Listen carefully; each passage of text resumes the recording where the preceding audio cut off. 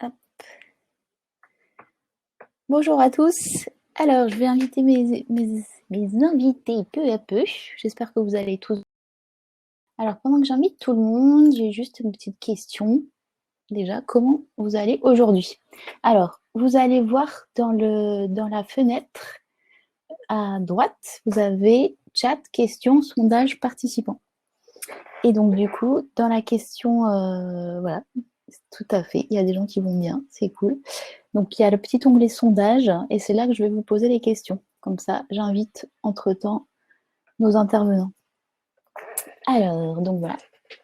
Et après, je vous lance l'autre question, c'est savoir un petit peu qui vous êtes, surtout pour les designers d'intérêt général.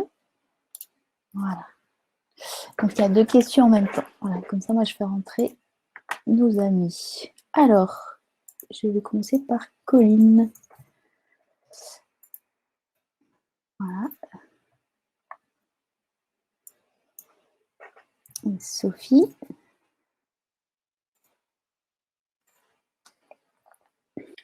Bonjour. Yes, salut Colline. Alors, Sophie va arriver.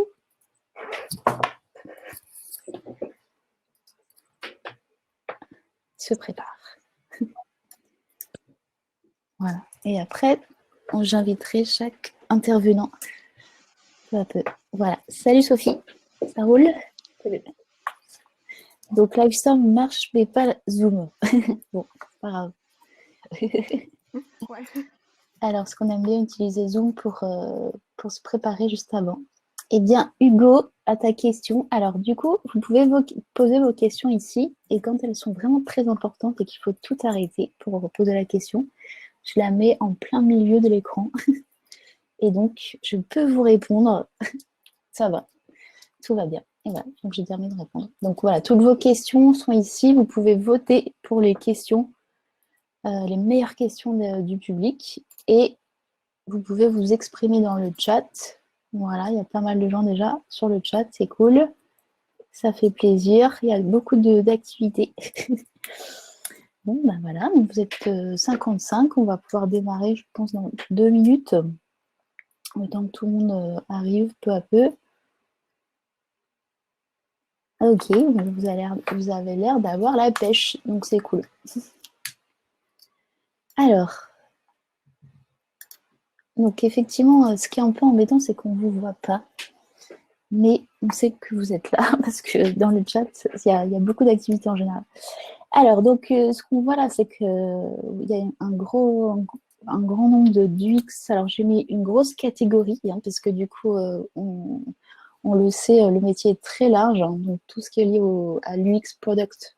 J'ai pas mis UI dedans, CX, Service Design. Donc, vous êtes en majorité voilà, participants, un peu de designers graphiques, des facilitateurs, des designers d'intérêt général. Cool.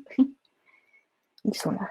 Ils sont bien là. Des consultants, des entrepreneurs, responsables, leads. Voilà. Et vous pouvez être plusieurs choses à la fois, évidemment. Ça, c'est bien normal. Ok. Et ça a l'air d'aller. Bon, c'est bon. Bon, bah, c'est cool. Alors, est-ce qu'on est prêt pour commencer? Non, parce que bon. Il y a un replay, donc si pour les gens qui ne sont pas à l'heure, c'est ok.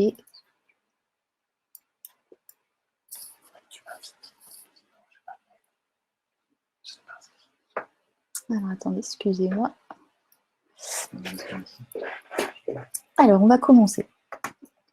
Donc, est-ce que vous voyez tous bien mon écran? Yes. Let's go. Merci, Denis. Merci de lancer cet événement. Alors, moi, je suis hyper contente de vous accueillir. Alors, depuis le début du confinement, je me disais, mais dites donc, quel travail au niveau de l'État, des services publics, et énormément de choses ont dû être réalisées extrêmement rapidement. Et donc, je trouvais ça incroyable parce qu'on a tous été obligés d'innover, de se transformer, de restructurer énormément de choses et de revenir à l'essentiel. Et donc, je me suis demandé, mais alors, les designers d'intérêt général, donc qu'on accueille très régulièrement à Laptop depuis quasiment un an. Donc, en fait, c'est un nouveau programme. Enfin, c'est un programme qui a évolué. Sophie nous en parlera à la fin. Et donc, du coup, l'idée était venue de Christine Ballion et puis Henri Verdier de faire une grande communauté de designers qui travaillent pour les services publics. Et donc, du coup, on a été prise partie prenante dans ce programme pour aider les administrations à trouver leur sujet. Donc, vous verrez, c'est des administrations en fait qui candidatent et ensuite on recrute des designers ou des personnes qui sont voilà, aptes à travailler sur ce projet-là. Et puis après, ils rentrent dans ce programme sur 6 à 10 mois ou 3 à 10 mois, ça dépend. Donc voilà, donc dans ce cadre-là, on côtoie très régulièrement les designers d'intérêt général donc dans nos espaces, mais aussi dans nos lieux. Donc aujourd'hui, en fait, le laptop, c'est un peu aujourd'hui, vous savez ce que c'est peut-être déjà, mais voilà, c'est des espaces de formation, une communauté, et du coup, les designers d'intérêt général font partie de tout ce groupement. Donc on est super contents. Donc là, pour moi, c'était vraiment l'idée. Vous avez vu, je fais beaucoup de webinaires, là, je m'éclate bien. Et donc je me suis dit, mais tiens, là, il y en a qui travaillent beaucoup en ce moment, il faudrait leur donner la parole. Donc voilà, donc du coup, je me suis dit, Colline, qui coordonne en fait tout ce programme, aurait peut-être des sujets, voilà, des sujets à nous proposer. Donc du coup, on est arrivé avec quatre sujets qui ont, voilà, 4 organisations qui ont dû un petit peu changer leur manière de faire, changer leur timeline de projet. Et donc, je te laisse la parole. Alors, est-ce que tu sais Alors, c'est bon, reprendre la main? on m'entend Ouais, normalement. c'est bon. Voilà. Merci beaucoup déjà, Pauline, pour l'invitation. C'était un peu un webinaire organisé au pied levé. Et on s'est dit que c'était aussi intéressant de montrer comment des projets d'administration ont pu s'adapter un peu du jour au lendemain, au pied levé aussi, pour changer la phase des projets sur lesquels ils étaient en train de travailler. Donc, les 4 projets qui vont vous être présentés aujourd'hui sont des projets qui ont été issus du programme Entrepreneur d'intérêt général ou Designer d'intérêt général. Donc, ce sont des designers qui travaillent au sein des administrations depuis 1 an ou 2 ans et qui continuent qui sont vraiment intégrés dans leurs administrations sur les 4 projets qui vont vous être présentés. Donc, le premier est un public pour dire voilà, comme on est confiné, c'est le moment où on peut prendre le temps peut-être d'avoir accès à plus de culture. Donc, Laurie et Marina nous présenteront ce projet qui a été développé, qui a été préparé en sprints. Et c'est voilà, l'occasion de sortir quelque chose rapidement et qu'elle nous fasse un retour là-dessus. Julien a travaillé sur l'application d'orientation médicale info coronavirus à partir d'un projet qu'il a développé lui pour les pompiers. Une appel d'orientation, des appels d'urgence de pompiers. Donc, il va nous expliquer comment ça a été adapté et comment ils ont, au pied levé aussi, adapté ce projet-là.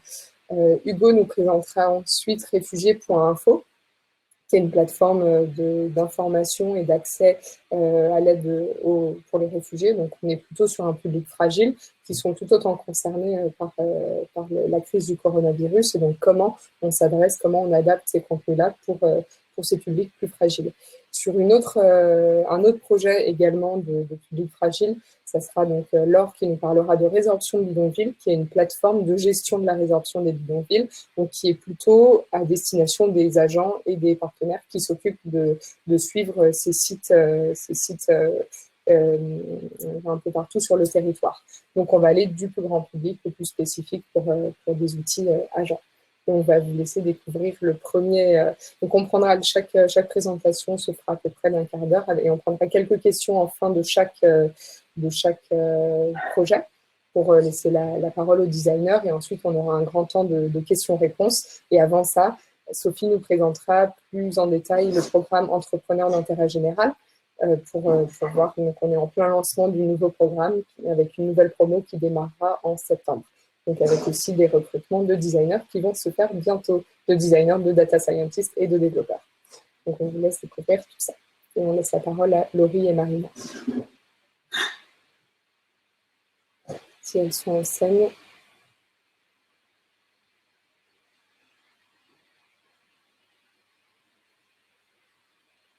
Ah. Pauline, on t'entend plus. Excusez-moi. Voilà. Juste pour Pauline, tu iras, il y a la question qu'est-ce qu'un designer d'intérêt général exactement, mais juste pour introduire, et après on en parlera à la fin. Oui, d'accord. Donc, juste pour dire que le programme designer d'intérêt général, c'est une version 100% design du programme entrepreneur d'intérêt général, un programme qui existe depuis 4 ans au sein de la direction du numérique de l'État, qui est un service du Premier ministre, porté par Etalab plus spécifiquement. Et donc, l'idée est de faire venir des compétences qui n'existent pas au sein des administrations, en tout cas qui ne sont pas répandues au sein des administrations.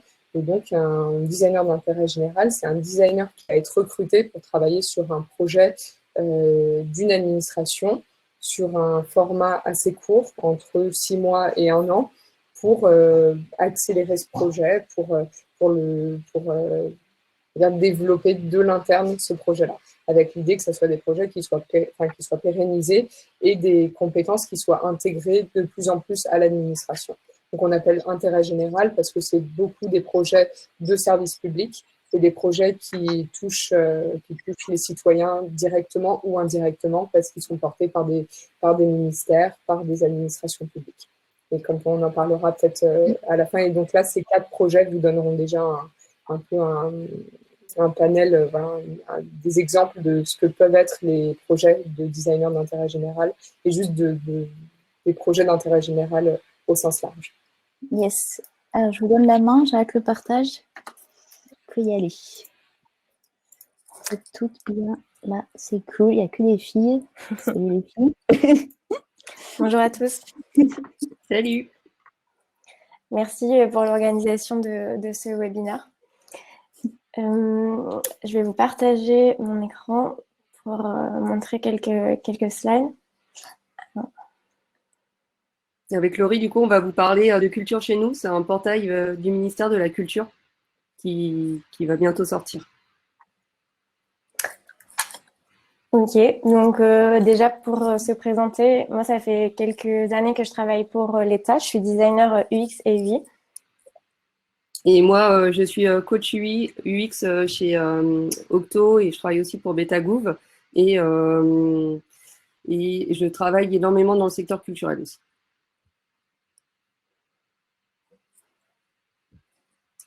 Alors, Culture chez nous, c'est quoi? C'est un peu le Google Actualité des références culturelles, en fait. Donc, c'est vraiment un site qui est grand public et qui permet, quand on clique dessus, de pouvoir accéder à une offre, que ce soit un théâtre, un opéra ou un film. L'idée derrière, en fait, pour le ministère de la Culture, c'est pouvoir valoriser toute l'offre culturelle qu'il y a en France et montrer qu'il n'y a pas uniquement du théâtre ou de l'opéra, mais qu'il y a aussi des livres, des jeux vidéo et que c'est très, très vaste. C'est vraiment un enjeu derrière de démocratisation culturelle, hein, ça c'est un mot qu'ils aiment bien au ministère pour montrer que le ministère souhaite rendre accessible la culture au plus grand nombre. Et donc, la mission un peu qu'on a réalisée, c'était de produire en 3 semaines un site grand public dans une administration publique. Et donc, ça en soi, c'était déjà un défi, mais le contexte a un peu complexifié en plus cette proposition, puisque avec le confinement, on a travaillé avec une équipe qui ne s'est jamais rencontrée physiquement. Donc là, on va livrer quelque chose avec une équipe qui ne s'est jamais vue en vrai. On a dû travailler avec des outils du ministère, donc qui sont souvent tellement bien sécurisés qu'ils bloquent beaucoup d'outils de collaboration. En plus de ça, moi, j'ai commencé le projet en cours de route parce que j'étais au Japon et j'ai dû attendre d'être rapatriée. Et l'un de nos développeurs a attrapé le corona et du coup a dû prendre quelques jours de congé pour s'en remettre. Donc, un contexte vraiment très particulier pour arriver à livrer ce site de culture chez nous. Et c'était pas n'importe quel développeur, c'était le tech lead, celui qu'on avait vraiment besoin justement en phase de cadrage. Du coup, pour la première fois, on a travaillé ensemble. C'était la première fois aussi qu'on faisait du télétravail. Donc avec Laurie, pareil, on connaissait pas trop les outils de remote, Miro, etc., qu'on utilise aujourd'hui assez facilement.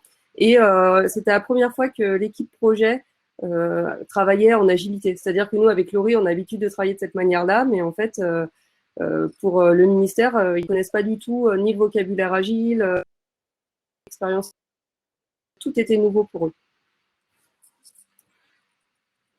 Et donc, malgré tous ces éléments un peu complexes, on a réussi à faire le site. Il va sortir demain, en fait. Mais on va vous montrer une petite démo. Donc, voici le site Culture chez nous, qui permet donc de découvrir le contenu culturel ici sélectionné par le ministère à la une, d'avoir aussi des recommandations de contenu avec des éditorialisations où sont renvoyés vers différents contenus culturels qui ont été sélectionnés. Et ensuite, on a différentes rubriques qui permettent de catégoriser, par exemple, spécialement pour les enfants. On a aussi une fonctionnalité de recherche qui permet d'explorer un peu plus globalement ces contenus. Et tout ça, c'est donc un MVP qu'on a produit là en 3 semaines. Donc, vous avez pu voir cette magnifique rubrique de recherche avec des couleurs qui font un peu mal aux yeux. Donc, évidemment, sur certains trucs, on n'a pas pu, enfin, on a dû choisir nos combats et malheureusement, on avait le cœur un peu fendu. Mais bon, l'idéal, c'est quand même que le site soit sorti et dans un deuxième temps, on va essayer de travailler plus sur le design. Alors, du coup, en fait, on a travaillé seulement en 3 semaines, hein, donc ça a été vraiment super rapide pour avoir un petit aperçu rapide de comment ça s'est passé. Donc, on m'a appelé, on m'a dit, voilà, il y a un lancement, il y a une réunion avec 30 personnes, ça serait bien que tu y assistes, mais que tu parles pas et tout. Donc, j'ai commencé à assister à la réunion qui était au téléphone, personne ne comprenait qui parlait, enfin, c'était l'horreur. Et derrière ça, en fait, j'ai discuté avec le directeur de projet qui m'a dit on peut monter une équipe et dis-moi de qui on a besoin et on va monter l'équipe. Donc j'ai proposé une équipe transverse comme on a l'habitude de faire en projet agile et ils ont dit ok, pas de problème et tout. Ils m'ont dit et tu vas t'occuper aussi de faire les maquettes, je suppose. Et j'ai dit non, moi je suis pas trop à l'aise là-dessus. Et c'est là que est arrivé en scène. Et très vite, dans la première semaine, on a fait des ateliers de co-création via Miro. Donc, pour l'ensemble de l'équipe qui avait jamais fait d'atelier de co-création, on avait la vision, les personas. De leur côté, j'ai demandé à l'équipe de faire des recrutements utilisateurs parce que en fait, j'ai que 1 jour et demi par semaine sur ce projet. Donc, je ne pouvais pas les faire moi-même. La semaine d'après, on a fait des entretiens utilisateurs et ça, c'était très chouette. Toute l'équipe a participé. Donc, eux, ils étaient en shadow, ils écoutaient de loin et ils prenaient des notes et seulement moi posaient les questions, en fait. Et à la fin, on a fait un grand débrief tous ensemble et ils étaient vraiment ravis, en fait, de pouvoir entendre la voix de l'utilisateur et j'étais contente parce qu'enfin, on pouvait mettre l'utilisateur au centre des préoccupations. Ensuite, on a fait un atelier d'architecture de l'information, mais c'était assez compliqué à mettre en œuvre parce que vu que c'était un projet très politique, ça partait, il y avait tellement d'enjeux politiques qu'on pouvait jamais vraiment valider. Donc ça a été un peu un flop. Juste après cette slide, on va vous parler de tous les tops et tous les flops du projet. Voilà, puis après on a fait un peu des ateliers classiques qu'on fait en gestion de produits et la dernière semaine, on a fait à la fois les maquettes, tout device confondu, plus la mise en prod, etc., etc. Donc c'était vraiment pour tout le monde, c'était compliqué. J'ai juste mis une petite ligne pour l'édito, c'est que dans l'équipe, il y avait quelqu'un qui s'occupait de répertorier les 500 sites derrière qui allaient pointer vers le contenu du Louvre ou d'autres opérateurs culturels. Et c'était un boulot de dingue pour tout le monde, quoi. Ouais. Et du coup, comme disait Marina, on a un peu décidé de présenter les tops et les flops de cette expérience. Comme vient de le dire Marina, vraiment, on a réussi à le faire parce qu'on avait une équipe derrière qui était ultra investie, et ultra réactive et pluridisciplinaire. Il y avait des gens qui ont vraiment passé énormément de temps justement pour collecter ces contenus et tout le monde y a mis vraiment du sien et c'est en grosse partie pour ça aussi qu'on a réussi à sortir ce projet en si peu de temps. Et juste pour rebondir sur la slide précédente, c'est vrai qu'ils étaient très réactifs.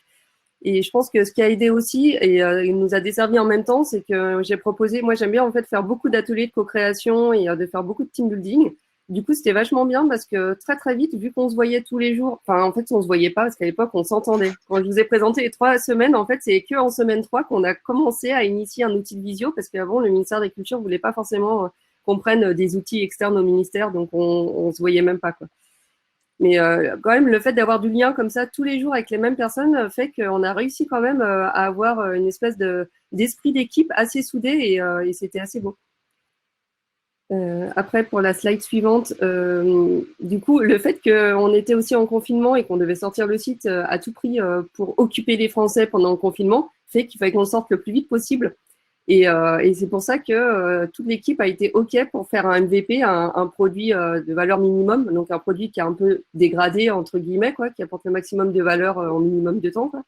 Mais c'était vraiment chouette parce que à chaque fois qu'on avait des conversations, on disait oui, mais de toute façon, il faut qu'ils sortent forcément cette semaine-là, donc on va aller au plus vite. Et tout le monde disait bon, bah c'est vrai que vu qu'on a le confinement, on va aller au plus vite. Et même parfois sur les méthodes, le fait que moi je maîtrisais pas trop les outils en remote, pareil pour Laurie, il y avait des choses que nous-mêmes on maîtrisait pas trop, mais ils sont sympas. Et aussi parce que vu qu'on était tous un peu stressés et qu'il fallait qu'on sorte vite le truc, même si on faisait des erreurs, je pense qu'ils étaient beaucoup moins regardants, quoi.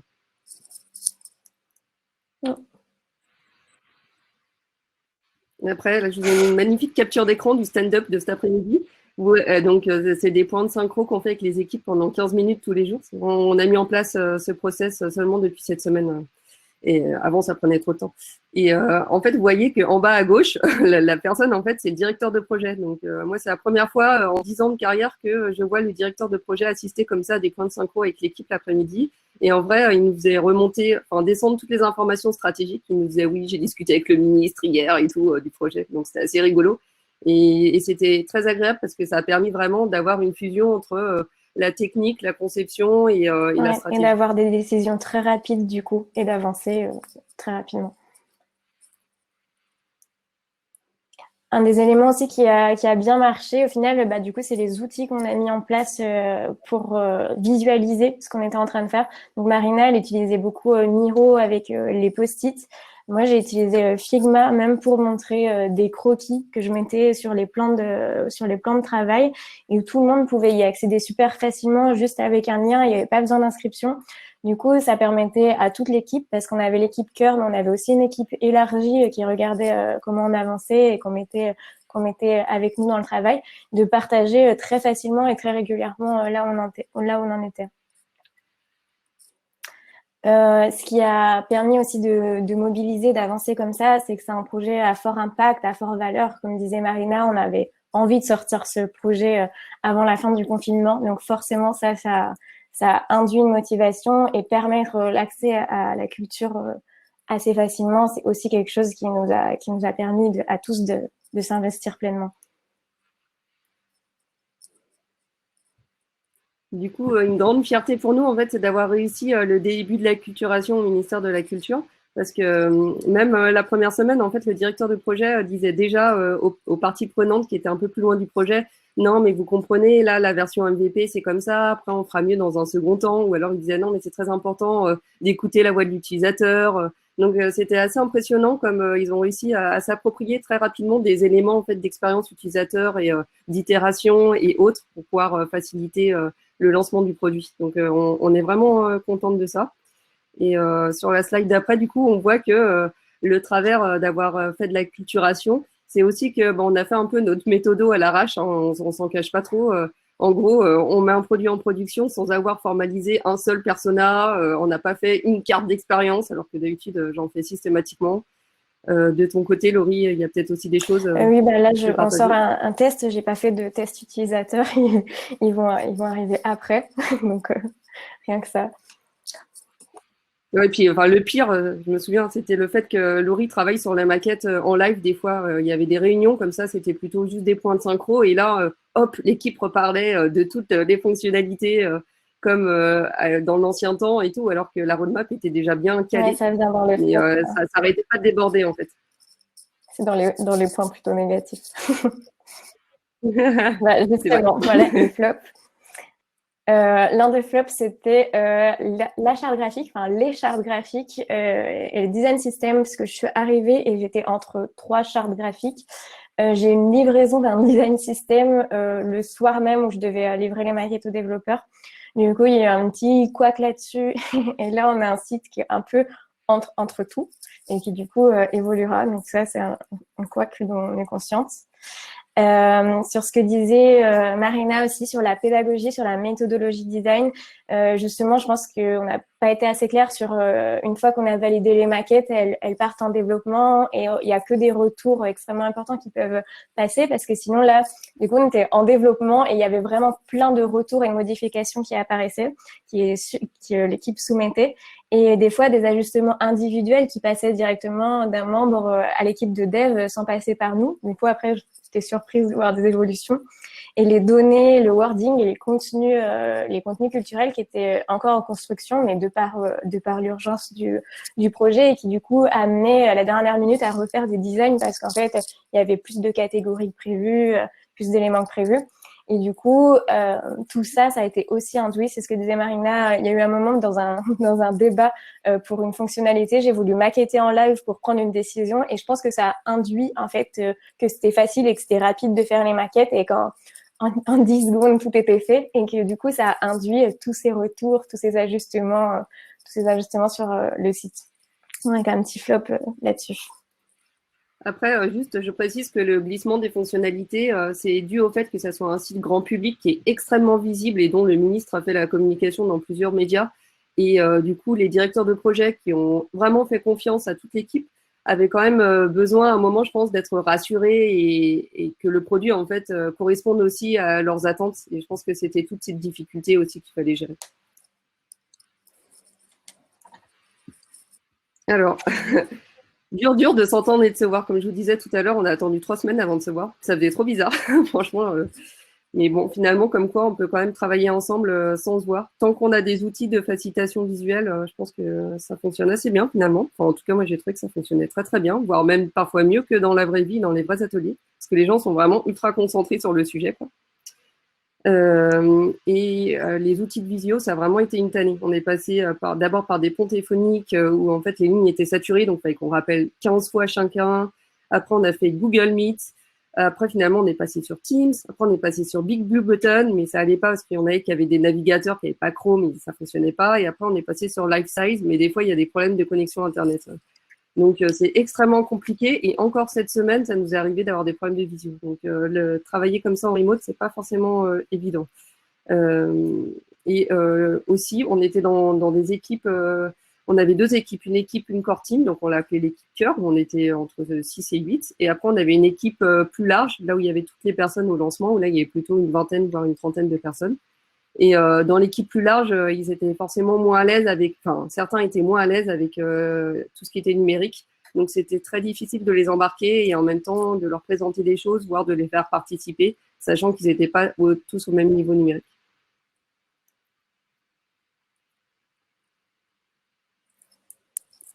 La gestion de projet aussi, c'était un peu bof-bof. On a attendu 3 semaines, pareil, pour commencer à faire un tableau pour pouvoir avoir une roadmap produit et avoir un peu la liste de qui fait quoi et quand. Pareil pour l'outil de ticketing pour pouvoir faire des recettes sur l'interface. Laurie faisait tout par mail avec les développeurs, donc je vous raconte pas. Les pauvres, vraiment. Et vous voyez, on a fini par ouvrir un fil WhatsApp en fait, parce qu'au départ on voulait ouvrir par Slack, mais finalement le ministère préférait utiliser son chat. Et vu que personne n'était vraiment adepte de ce chat-là, on a quand même refait une boucle via WhatsApp.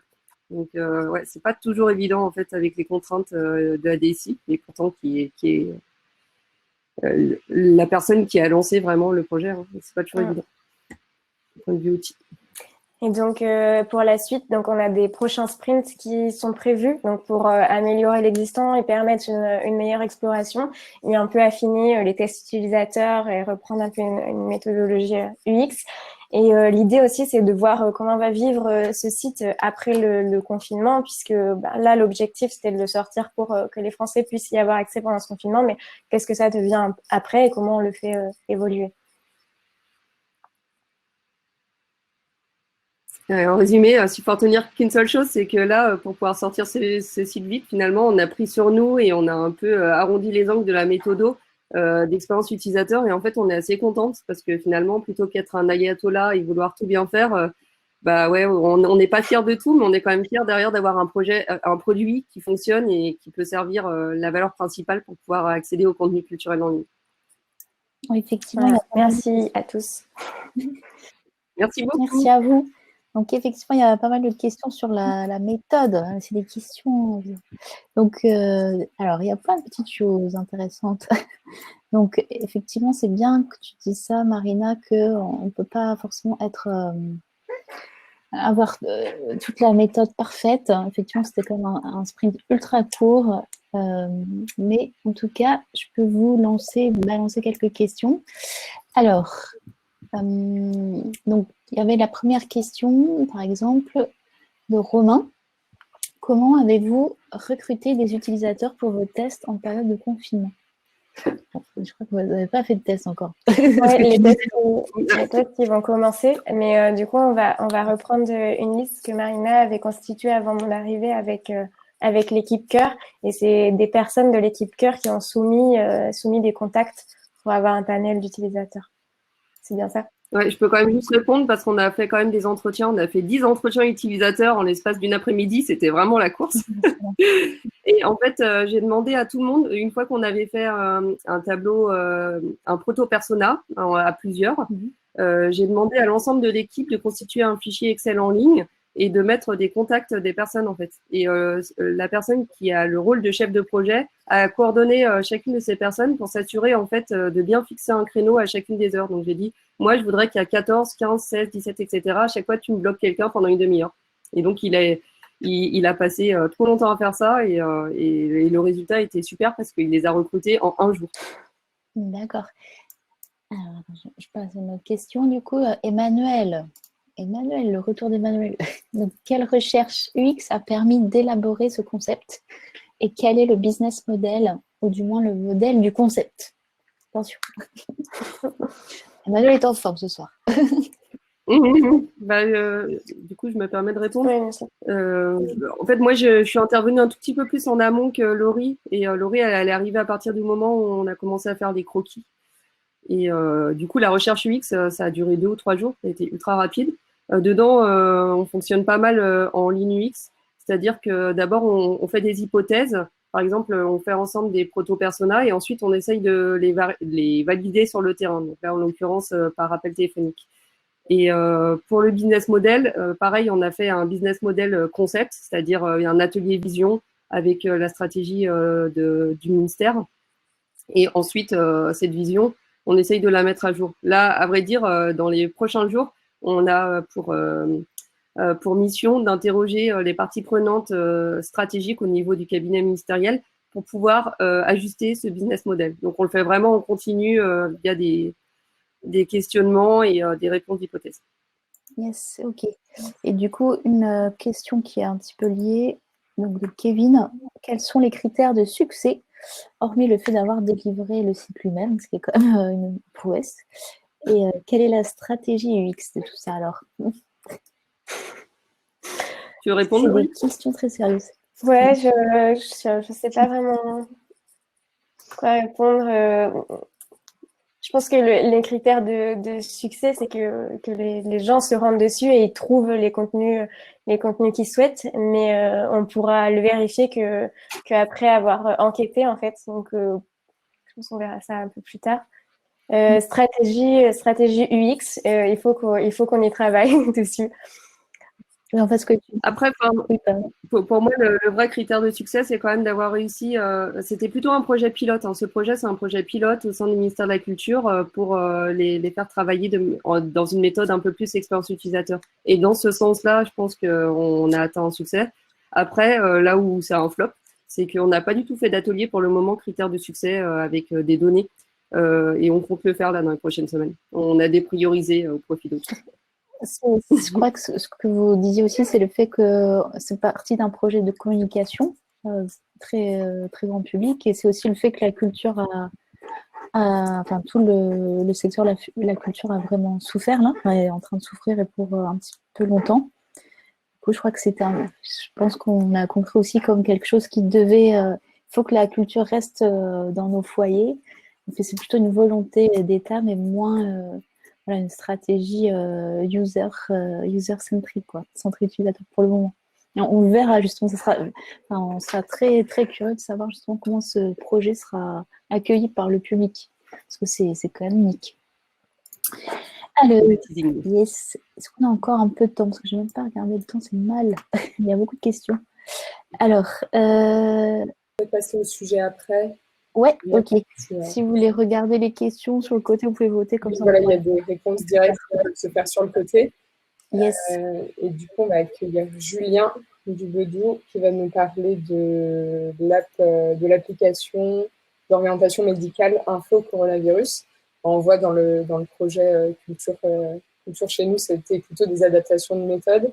On voit que c'est une adaptation d'un projet pour en faire un autre projet. Oui, alors je vais l'inviter. Et donc, on va voir comment un projet qui était déjà lancé et fonctionnel chez les pompiers devient une application médicale d'orientation autour des symptômes du coronavirus. Et toujours dans des temps très courts. Donc, ça demande aussi beaucoup de réactivité et d'adaptativité sur les projets et notamment au sein des administrations qui n'ont pas forcément l'habitude de travailler avec ces méthodes. C'est ce qui nous semblait intéressant de partager sur ce retour d'expérience. Pendant que Julien arrive, là, il y avait une question, c'est quand est-ce que vous avez commencé? Est-ce que tous ces projets ont démarré genre le premier jour du confinement ou c'était déjà un petit peu en germe? Alors, certains projets, c'était déjà des projets existants qui sont du coup qui se sont transformés au fur et à mesure. Donc, par exemple, avec l'intégration de nouvelles fonctionnalités ou de rééditorialisation de contenu. Et il y a des nouveaux projets qui ont été créés, comme Culture chez nous, comme Marina et Laurie viennent de nous présenter. Et ça, à quelle échéance peut-être qu'on pourra poser la question à Julien, et Laurie et Marina après. Ok, donc, Julien arrive. Je ne sais pas ce qui s'est passé. Il va arriver. Julien.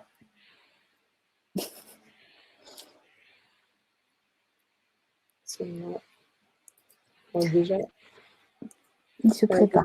Je vais partager le lien déjà. Ouais. Ah oui. Très bien. Oui, moi aussi, je veux. Alors, Julien.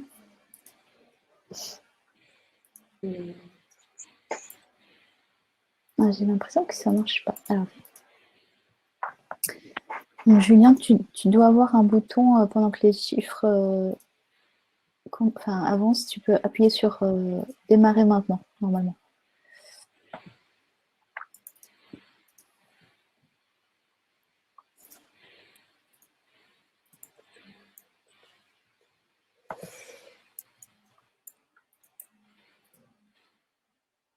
Bon, alors.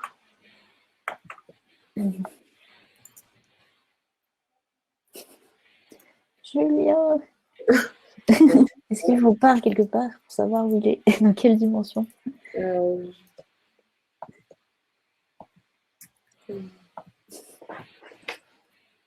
Bon, en tout cas, en attendant, on applaudit, quoi. Hein, comme tout le monde dans le chat. Sinon,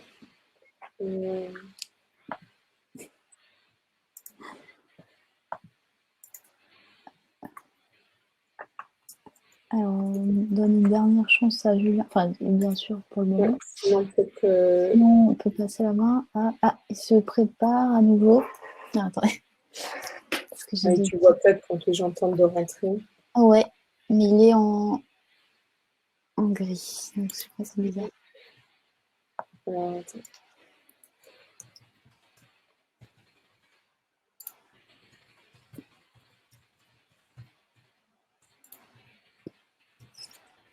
Il était connecté tout à l'heure, sinon on peut peut-être enchaîner sur l'autre. Sur Hugo. Sur Hugo, éventuellement. Yes. Donc là, c'est ta dernière chance, Julien. Enfin, pour le moment, après, on va essayer. Donc, je vais aller chercher Hugo. Ou alors, tu vas te mettre vous pouvez être tous les deux sur la scène, c'est pas grave. Vous m'entendez? Alors, ça y est. En fait, je vous entendais plus, vous, et je sais pas, il n'était pas copain avec T'as Firefox. attendu, Julien. Ouais, je sais, mais c'est Firefox qui. Enfin, l'outil n'a pas l'air super. Ah oui, tu es sur Firefox. Ben voilà, c'est voilà. ça. Ouais. Donc, au moment où j'ai activé la caméra, ça a tout coupé, et le temps de relancer Chrome et Ouais. tout ça me revoilà. T'inquiète, on est là. Alors, on t'écoute. La parole est à toi. Donc, moi, j'ai été à la à l'Agence du numérique de la sécurité civile, et donc à l'Agence du numérique de la sécurité civile en tant que designer d'intérêt général. Et là, j'avais travaillé sur une application qui était l'application 112, donc quand on fait le numéro d'urgence 112, pour qualifier les appels d'urgence. Donc, c'est-à-dire qualifier et dire ce qui s'est passé, dire aux pompiers, à la police ou au SAMU ce qui s'était passé. Donc ça, c'était ma mission de 6 mois à l'agence. Et en fait, après ça, j'ai été prolongé donc, par l'Agence du numérique de la sécurité civile pour faire le système d'information des pompiers et le designer. Donc, c'était en partie designé par Octo et ensuite par moi. Et donc, l'idée, c'est de faire le système qui va gérer les appels d'urgence, mais côté opérateur cette fois-ci, et le dispatch des engins côté pompiers pour envoyer les ambulances, envoyer les camions, etc. Donc voilà, ça avait bien commencé quand tout à coup, le SIG m'a contacté, en fait, le service d'information du gouvernement m'a contacté parce qu'il se souvenait, lors d'un des événements UIG, se souvenait que j'avais fait une application donc de préqualification. Et ils étaient intéressés par ce système puisque en début de crise Covid, en fait, le numéro vert mis en place par le gouvernement et les SAMU, et dans une moindre mesure les pompiers, étaient un peu submergés d'appels puisque chacun voulait des informations pour savoir s'il était contaminé ou pas. Donc il y avait un gros volume d'appels. Donc pour pallier ça, pardon, ils se sont dit que c'était une bonne idée de reprendre l'existant pour pas repartir de zéro. Et comme il y avait un prototype d'application qui existait et qui avait été testé pour de la préqualification, bah, ils m'ont proposé de l'adapter pour le Covid et pour avoir une préqualification avant d'appeler. Donc, l'idée du prototype de l'app, c'est que ce soit branché aux pompiers, aux SAMU, etc. Ça, c'était le prototype initial. Là, ça aurait été une préqualification qui n'était pas branchée au service de secours, mais qui permettait de dire appelez, contactez votre médecin traitant, ou appelez le numéro vert, ou appelez le 15 si vraiment c'était des symptômes urgents. Donc, je vais vous partager mon écran. Hop, pour vous montrer ça et le cheminement qu'on a fait. Voilà.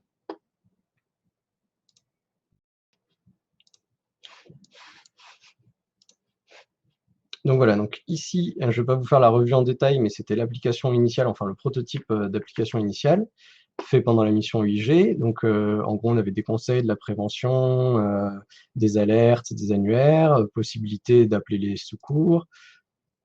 L'appel des secours donc donnait une préqualification d'appel en attendant que l'opérateur décroche. On pouvait dire si on appelait pour une blessure, pour différents symptômes, pour excusez-moi, j'ai mis le décroche opérateur. Voilà, pour tout plein de choses. Si la personne ne respire plus, etc. Donc ça, c'était l'existant dont avait connaissance le SIG. Et donc, ils se sont dit que c'était une bonne idée de repartir de ça pour faire l'application Covid. Donc, quand ils m'ont contacté, j'ai demandé la permission donc, à la direction de travailler sur cette application, sur cette adaptation. Donc, ils ont immédiatement dit oui. Donc, il y a une collaboration inter-administration qui a été très rapide. Et à ce moment-là, le soir même, donc j'avais adapté l'application existante et pour le coronavirus. Donc là, on voit que c'était les questions donc sur l'âge, les questions sur les différents symptômes avec le même principe. Je l'ai mis en format mobile puisque c'était plutôt une application mobile au départ. Voilà, si vous avez un des symptômes, ça disait d'appeler le 15. Là, c'est parce que j'ai mis directement que j'avais un des symptômes. Voilà, là, je ne ressens aucun des symptômes graves. Ensuite, il y avait d'autres symptômes. Donc, est-ce qu'on était fatigué? Est-ce qu'on avait une température élevée, etc. Et ça permettait, grâce à un petit algorithme en JavaScript, d'avoir une réponse très rapidement. Donc, voilà, on complétait les questions. Et à la fin, ça donnait une réponse. Hop, j'ai pas d'antécédent, par exemple. Voilà, là, ça veut dire ça peut relever d'un Covid, donc consulter un médecin. Ça donnait un peu des indices aux gens, ça permettait de les rassurer aussi sur leurs symptômes, pour ceux qui n'avaient pas des symptômes très graves, et de décharger donc, les appels d'urgence qui avaient fort à faire dans cette période. Après ça, donc ça, c'était le premier prototype juste d'application rapide que j'avais adapté moi-même, un peu la proof of concept, on va dire, pour dire que c'était faisable. Ensuite, on s'est orienté.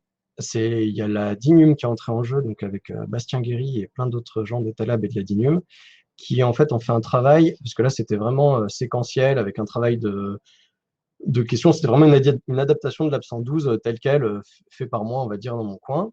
Et pour avoir le mettre sous forme d'algorithme, nous, on avait commencé à travailler avec des gens de l'Agence du numérique de la sécurité civile et des pompiers de Paris, un médecin des pompiers de Paris notamment, pour essayer de mettre en algorithme un peu le PDF, parce que tout ça se basait sur un PDF du ministère de la Santé qui disait si vous avez tel ou tel symptôme, un PDF qui était pour les médecins, orienté comme ci, orienté comme ça. Et nous, on avait essayé de le mettre sous forme algorithmique. Et c'est là qu'en parlant avec Swazik, donc, qui s'occupe des EIG, elle m'a dit que la DINUM était sur une formalisation de ce PDF sous forme d'algorithme. Donc ici, on a le premier algorithme, donc tout ça c'est en open source, là c'est sur GitHub, où en fait ils avaient retranscrit le PDF, donc là c'est la version finale, mais il y a eu de nombreuses versions entre-temps, retranscrit le PDF sous cette forme pour que ce soit, donc là c'est du pseudo-code, mais pour que ce soit traduisible dans n'importe quel code avec un arbre de décision. En faisant ça, ce travail a été précieux parce que déjà, ça nous a permis de tout couvrir. Donc, quand j'ai vu qu'ils avaient travaillé par là, je me suis mis sur ce travail aussi qui était très important. Ça nous a permis de détecter des choses qui n'allaient pas dans l'algorithme, des fins qui étaient, enfin voilà, des contradictions, des choses comme ça, mais c'est normal puisque c'était le travail en cours. On a bossé sur cet algorithme avec Bastien et d'autres personnes aussi dont j'ai oublié les noms, je suis désolé, mais je ne pourrais pas citer tout le monde. Et à partir de cette base, donc moi je l'ai intégré à mon parcours, enfin à mon application. Et là, on a une application donc desktop et mobile qui était en fait une implémentation de cet algorithme pour le parcours le plus rapide. C'est-à-dire, c'est ce qu'on avait travaillé déjà pour l'application 112, le prototype initial. C'est-à-dire que l'idée, c'était de qualifier le plus vite possible. Et plus c'est grave, plus on dit aux gens ce qu'ils doivent faire. Et moins ça semble grave, plus on leur pose de questions pour essayer d'étoffer. Donc c'est une pyramide inversée en quelque sorte où on dit d'abord on essaie de filtrer au plus gros et au plus grave et ensuite on rentre dans les détails. Donc ça, c'est ce qu'on a appelé le parcours économique ou rapide. Donc on a retravaillé le parcours. Bon là, vous n'allez pas voir de grandes différences parce que c'était surtout avec l'algorithme en question. Mais on retombe sur les questions posées de manière à ce que si on répond, par exemple, dès le début que on a moins de 15 ans, on dit que ça ne s'applique pas aux moins de 15 ans, puisque là, l'application ne s'appliquait pas à ça, le diagnostic ne s'appliquait pas à ça. Si on était dans une tranche d'âge qui s'applique et qu'on avait un des symptômes graves, en fait, directement, on disait d'appeler le 15, et ainsi de suite, en filtrant comme ça pour rediriger le plus rapidement possible les gens vers une réponse adaptée. Donc ça, c'était une version en parcours rapide. Et ensuite, à partir de cette version en parcours rapide, qui était donc qui implémentait l'algorithme officiel, donc retravaillé par la DINUM, ça, c'était un travail très précieux parce que ça nous a permis d'avoir une base, c'est-à-dire que toutes les applications qui se basaient là-dessus, sinon chacun aurait fait ses diagnostics, etc. Donc c'était très intéressant d'avoir un algorithme unifié, comme ça chacun l'implémentait comme il voulait, mais en tout cas, on avait une base solide. À partir de ça, ça nous a permis notamment de faire une application pour les opérateurs pompiers, donc ici les opérateurs pompiers de Paris, alors cette fois-ci côté opérateur, donc eux ils ont des réponses dédiées, donc ça j'ai fait cette application avec Renaud Chaput qui n'est pas EIG mais qui m'a bien aidé en code parce que ça dépasse complètement mes compétences en code. Les premiers prototypes, je les avais codés et ensuite on m'a aidé pour le code. Donc là, c'est une vision plus matricielle puisque quand les gens appellent les pompiers, ça c'est pour l'opérateur pompier qui doit orienter. Quelqu'un l'appelle en pensant que si oui ou non il a eu affaire au Covid. Et les gens parlent dans le désordre. Donc ils n'ont pas forcément, on peut pas leur faire on peut pas faire un parcours à l'opérateur puisque les gens vont lui dire j'ai eu ça, j'ai eu ça, j'ai eu ça, parler un peu vite et dans le désordre. Donc là, il y avait des premières questions que l'opérateur devait poser et une vision plus matricielle, donc pas en parcours, pas de facteurs. Là, il y avait des questions spécifiques pompiers, c'est-à-dire est-ce que la personne a déjà été à l'hôpital ou a déjà consulté un médecin, parce que pour eux, c'est précieux sur cet aspect. Et si ces trois questions étaient négatives, en gros, les questions les plus graves, on avait toutes les questions qu'on retrouve là, mais de manière matricielle. C'est-à-dire qu'on pouvait dire qu'il n'y avait aucun de ces symptômes ou des symptômes, voilà, ou n'importe lequel. Et en fait, en live, dès qu'on est en mesure d'apporter une réponse, donc la réponse s'affiche, donc qui n'est pas une réponse grand public ici, ça concrètement, ça veut dire qu'il faut faire la bascule avec un médecin régulateur, mais c'est une réponse adaptée pompier, avec l'algorithme de décision qui est pris là et qui peut être copié pour prendre la décision. Et on avait fait, quand on prend un nouvel appel, on en reprend un, et là on voit par exemple qu'on a la réponse que moins de 15 ans, il faut contacter. On avait des réponses un petit peu différentes, mais l'algorithme était le même et c'est juste la conversion des réponses. On a la conversion pompier. Là, par exemple, on a la réponse envoyer une ambulance, un SAV, donc c'est une ambulance des pompiers. Donc, s'il y a un des symptômes graves, on va pas leur dire d'appeler le 15, puisqu'ils sont déjà en ligne avec un opérateur pompier. On va leur dire, là, ça nécessite l'envoi d'une ambulance. Donc voilà, ça, c'était une adaptation, toujours sur le même algorithme, mais avec une version différente. Entre-temps, le ministère de la Santé a souhaité récolter des données épidémiologiques donc, sur le Covid. Et donc, il voulait que l'application en fait, collecte des données et que le parcours ne soit pas forcément le plus rapide, puisque si on arrivait sur un parcours rapide où dès qu'on disait qu'on avait un de ces symptômes, on sortait, ça n'aidait pas, puisque les gens les plus atteints sont ceux qui avaient les symptômes à étudier pour lutter contre le virus et éventuellement trouver un vaccin, etc. Donc, c'était pas l'approche qu'ils ont souhaité faire.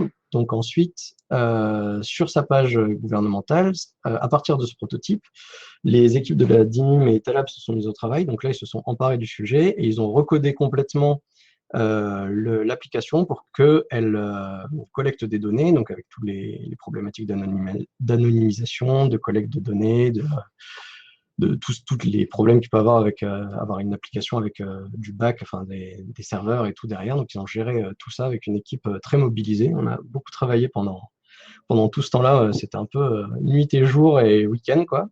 Et donc, ils ont produit ça très rapidement, ce qui a permis de présenter donc sur la page officielle Covid du gouvernement une orientation médicale. Je l'ai mis là s'il ne veut pas s'ouvrir, où on retrouve les mêmes questions, sauf que là, on va retrouver des questions séquentielles.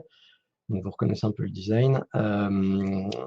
Voilà, sur des questions séquentielles pour passer par toutes les questions et ensuite collecter des données et orienter l'utilisateur. Donc, là, c'est des questions séquentielles, l'IMC. Voilà. Et ensuite, on retrouve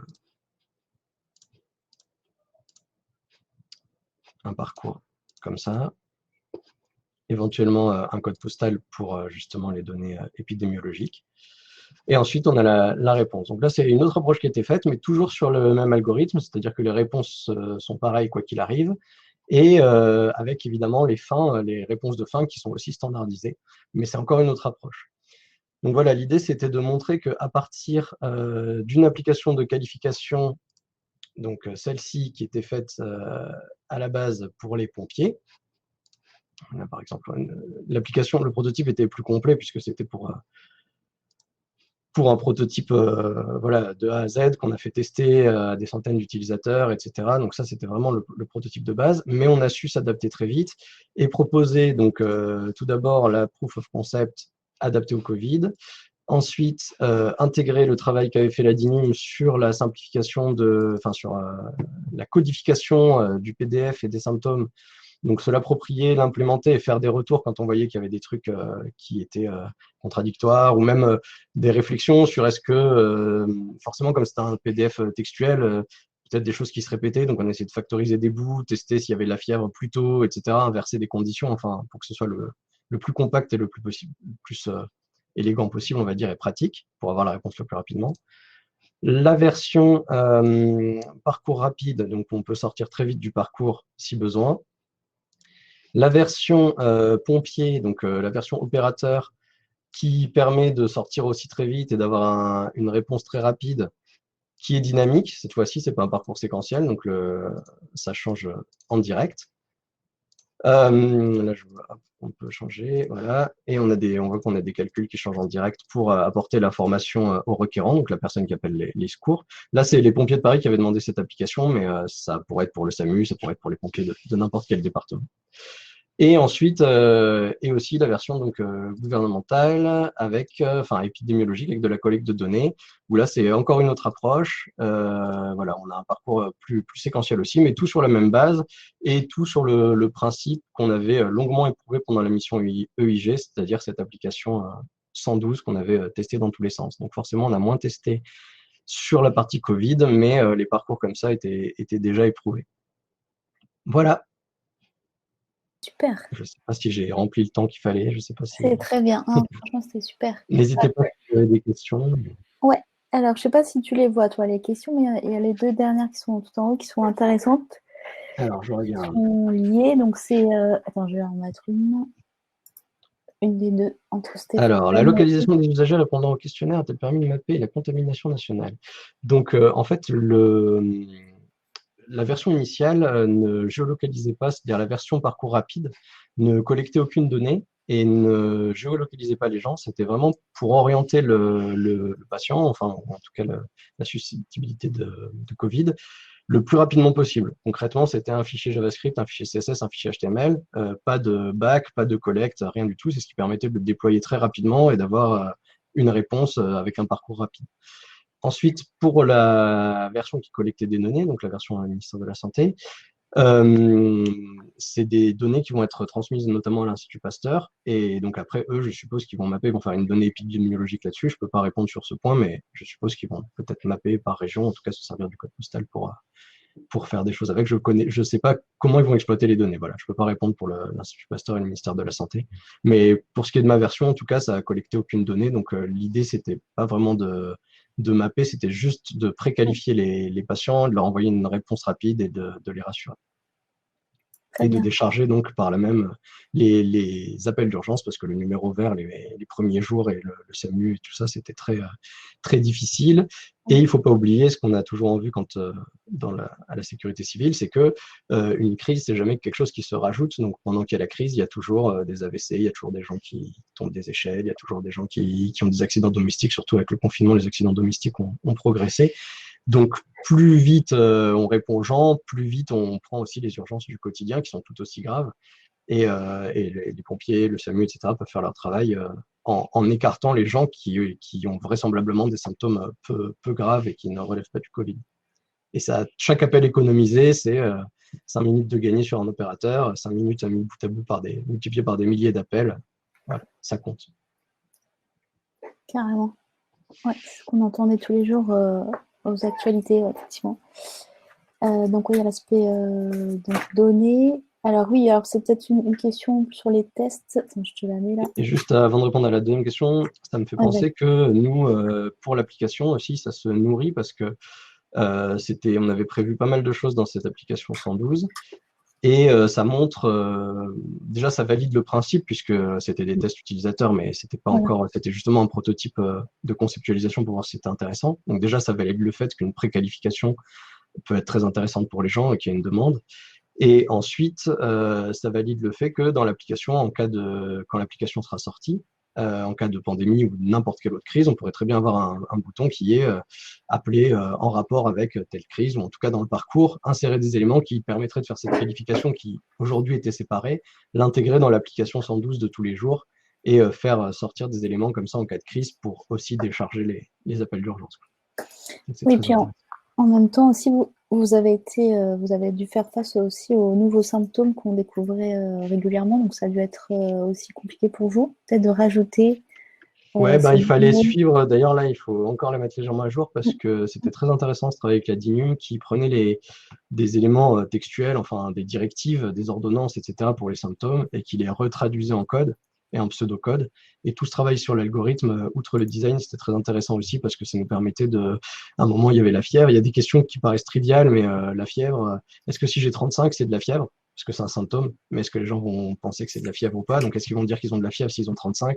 Je ne sais pas ce que vous auriez répondu, mais voilà. Donc, est-ce qu'à un moment, on posait la question d'abord, est-ce que j'ai de la fièvre, puis la température? Moi, j'avais opté pour poser directement la température, parce que comme ça, on en déduisait la fièvre. Il y a d'autres applications qui ont choisi de faire autrement, parce qu'il y a plusieurs applications qui ont fait la même chose, enfin, qui étaient même avant celle-ci. Donc, je veux dire, des gens ont travaillé aussi. Et donc, ce travail sur l'algorithme, ça a permis d'unifier tout ça. Et on a un petit groupe de travail où on se faisait ces retours sur l'algorithme. Donc, il y avait maladie-coronavirus.fr, la PHP qui, je crois, travaille dessus, la mienne dans les 2 déclinaisons, enfin dans les 3 déclinaisons, et d'autres. Et donc, on remontait nos retours, on réfléchissait sur, voilà, est-ce que la fièvre, on le met là, est-ce que ça, c'est ça.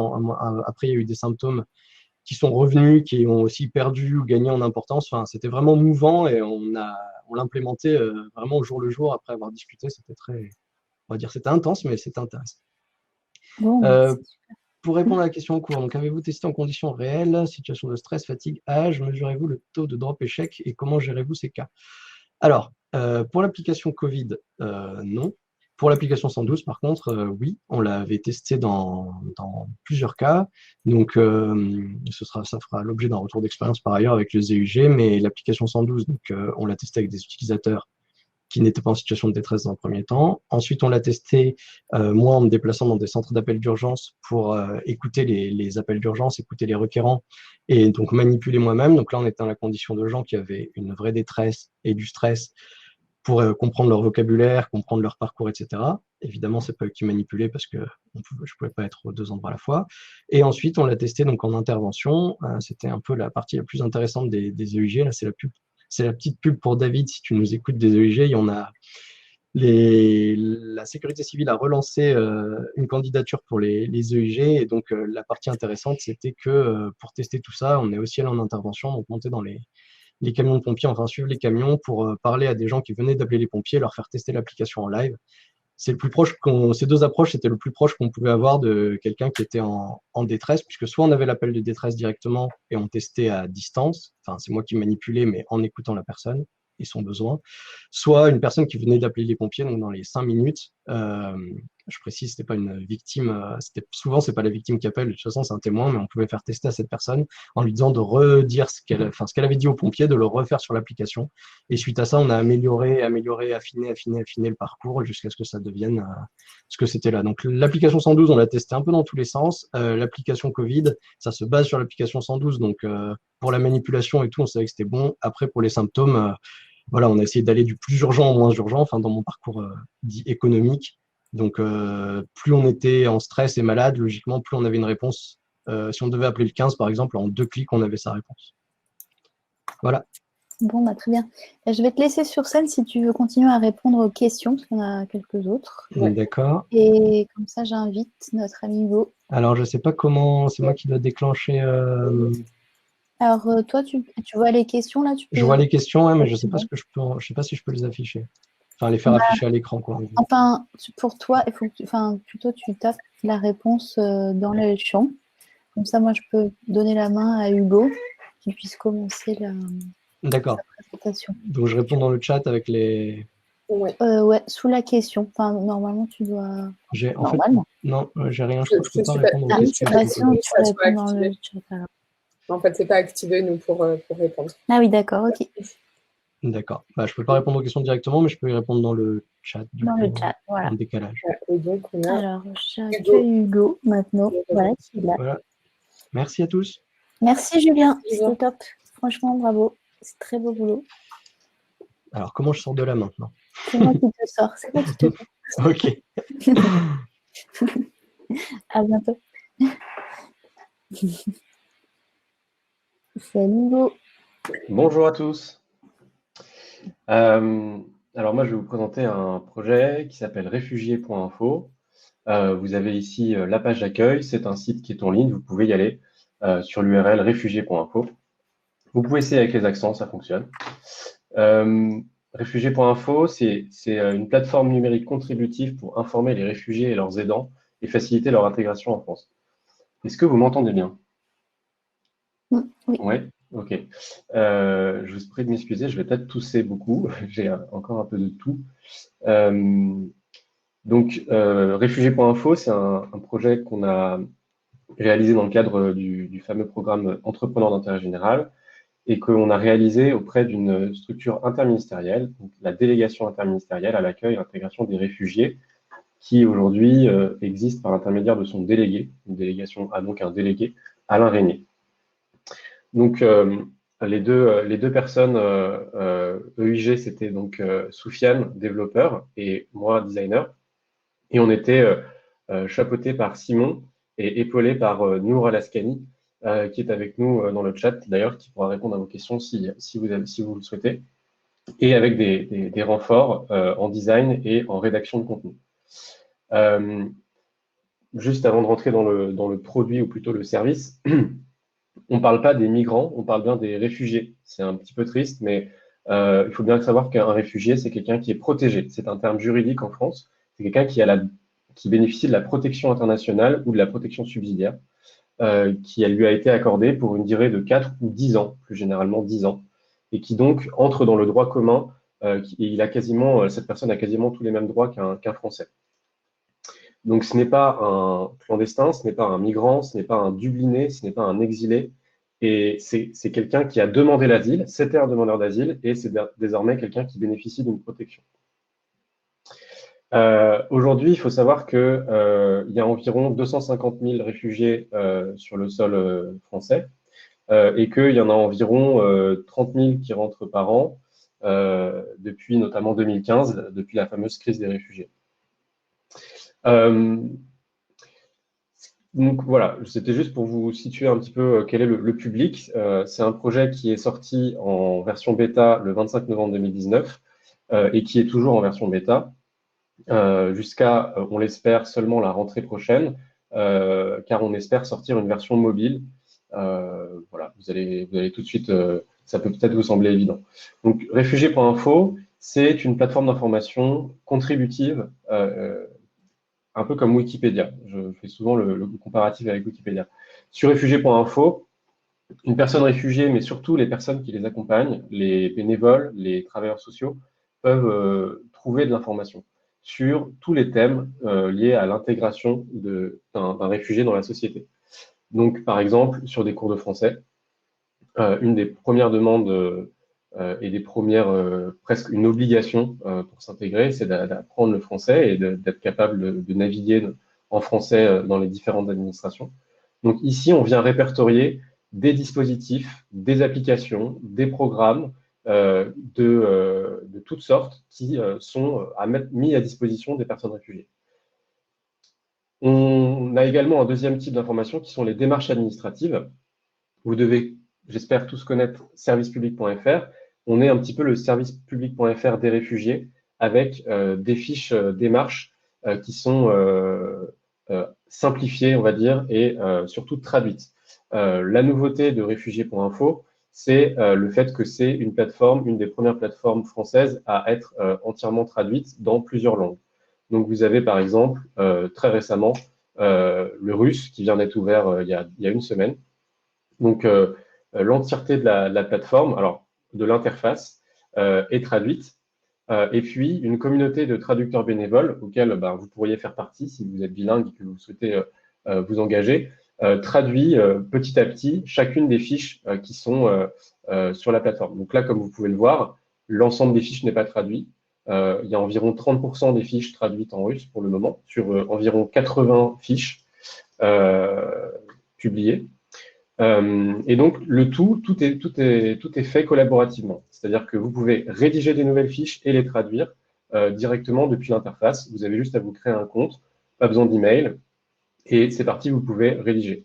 Évidemment, derrière, il y a un processus de validation, mais qui n'est pas forcément, comment dire, sévère. Notre objectif, c'est de faire circuler l'information, de donner de l'information à disposition, et avec un design de permettre son évolution. Donc voilà, là je vais vous montrer très rapidement l'espace de traduction. Donc par exemple, admettons que voilà, je parle anglais, je vais donc pouvoir choisir une fiche que je veux traduire, par exemple obtenir un titre de voyage. Et là donc avec un moteur de traduction, je vais pouvoir, à partir d'une suggestion Google Trad ou d'une traduction personnelle, enchaîner les différents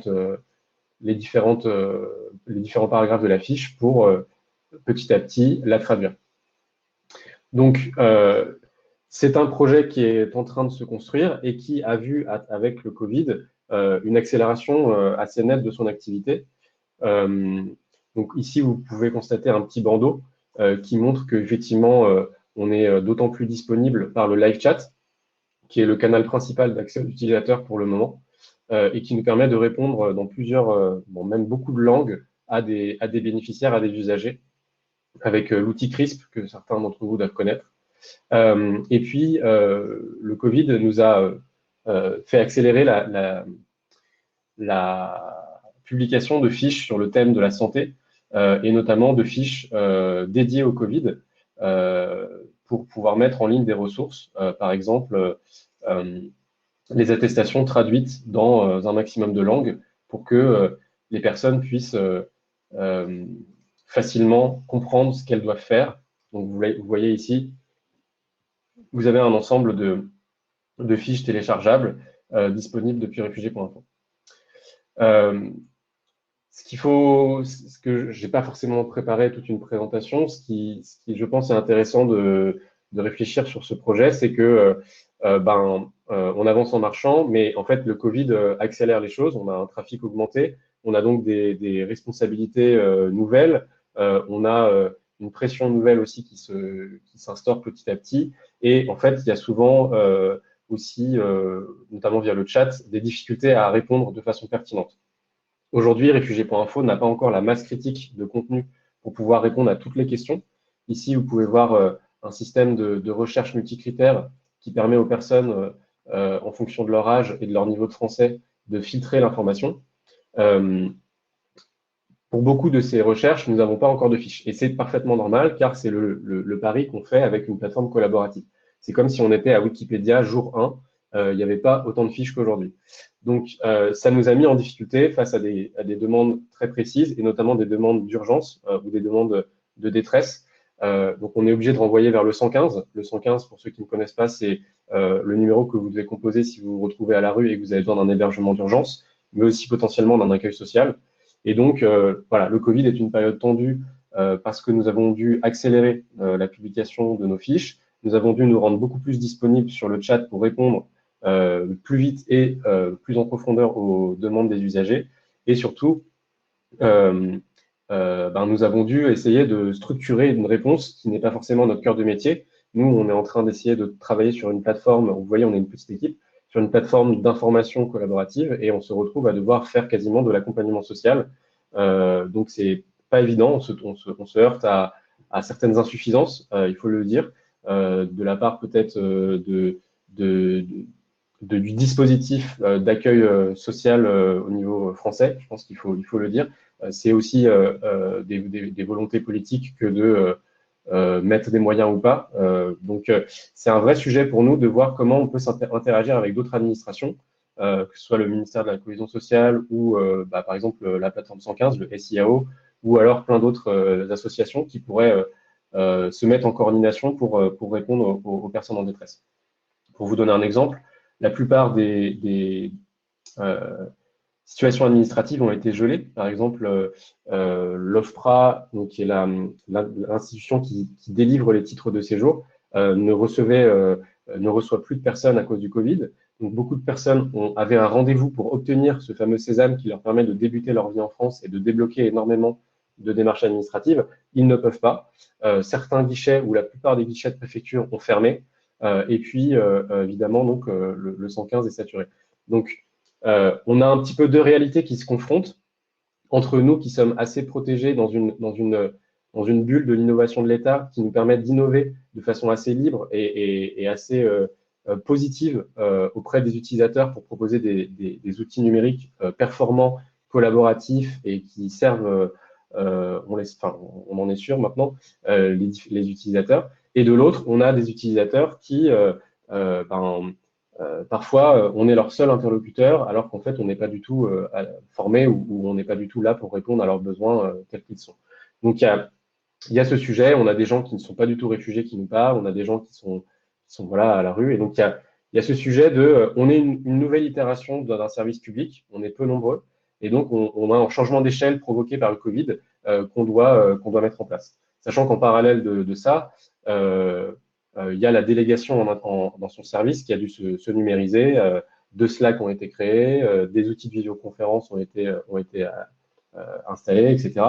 Et donc, ça pose vraiment le challenge de comment une administration qui a son propre projet d'innovation, qui est une fenêtre ouverte vers les usagers, pilote cette situation d'urgence. Et donc là, depuis 4 semaines maintenant, beaucoup de choses ont été faites et on s'est bien organisé. D'ailleurs, le flot des demandes se tarit progressivement, ce qui sous-entend que potentiellement pas mal de gens ont trouvé des solutions. Mais en tout cas, ça pose question sur la réactivité inter-administration en situation de crise, sachant qu'il faut savoir, ça va peut-être paraître un peu cynique, mais que 250 000 personnes réfugiées ne sont pas du tout, en termes de volume, une priorité pour le gouvernement. Et donc, évidemment, face à des directions de la Sûreté civile ou le ministère de la Santé, nos demandes ne sont pas prioritaires. Il s'agit de de gérer les problèmes à l'échelle de l'ensemble de la population. Et donc, de façon un peu naturelle, on n'a pas forcément accès aux interlocuteurs immédiatement. Et donc, voilà. Mais il y a d'autres choses qui peuvent se faire. Beaucoup de choses assez spontanées se sont faites, notamment avec l'UNHCR, donc la branche de l'ONU qui s'occupe de l'intégration des réfugiés, qui a mis en place une plateforme de coordination. Donc voilà, beaucoup de choses à la fois difficiles à vivre et à la fois très positives parce que permettant une accélération, permettant de mettre de côté des problématiques bureaucratiques, beaucoup d'obstacles, je dirais, techniques, matériels. C'est vraiment une période intéressante.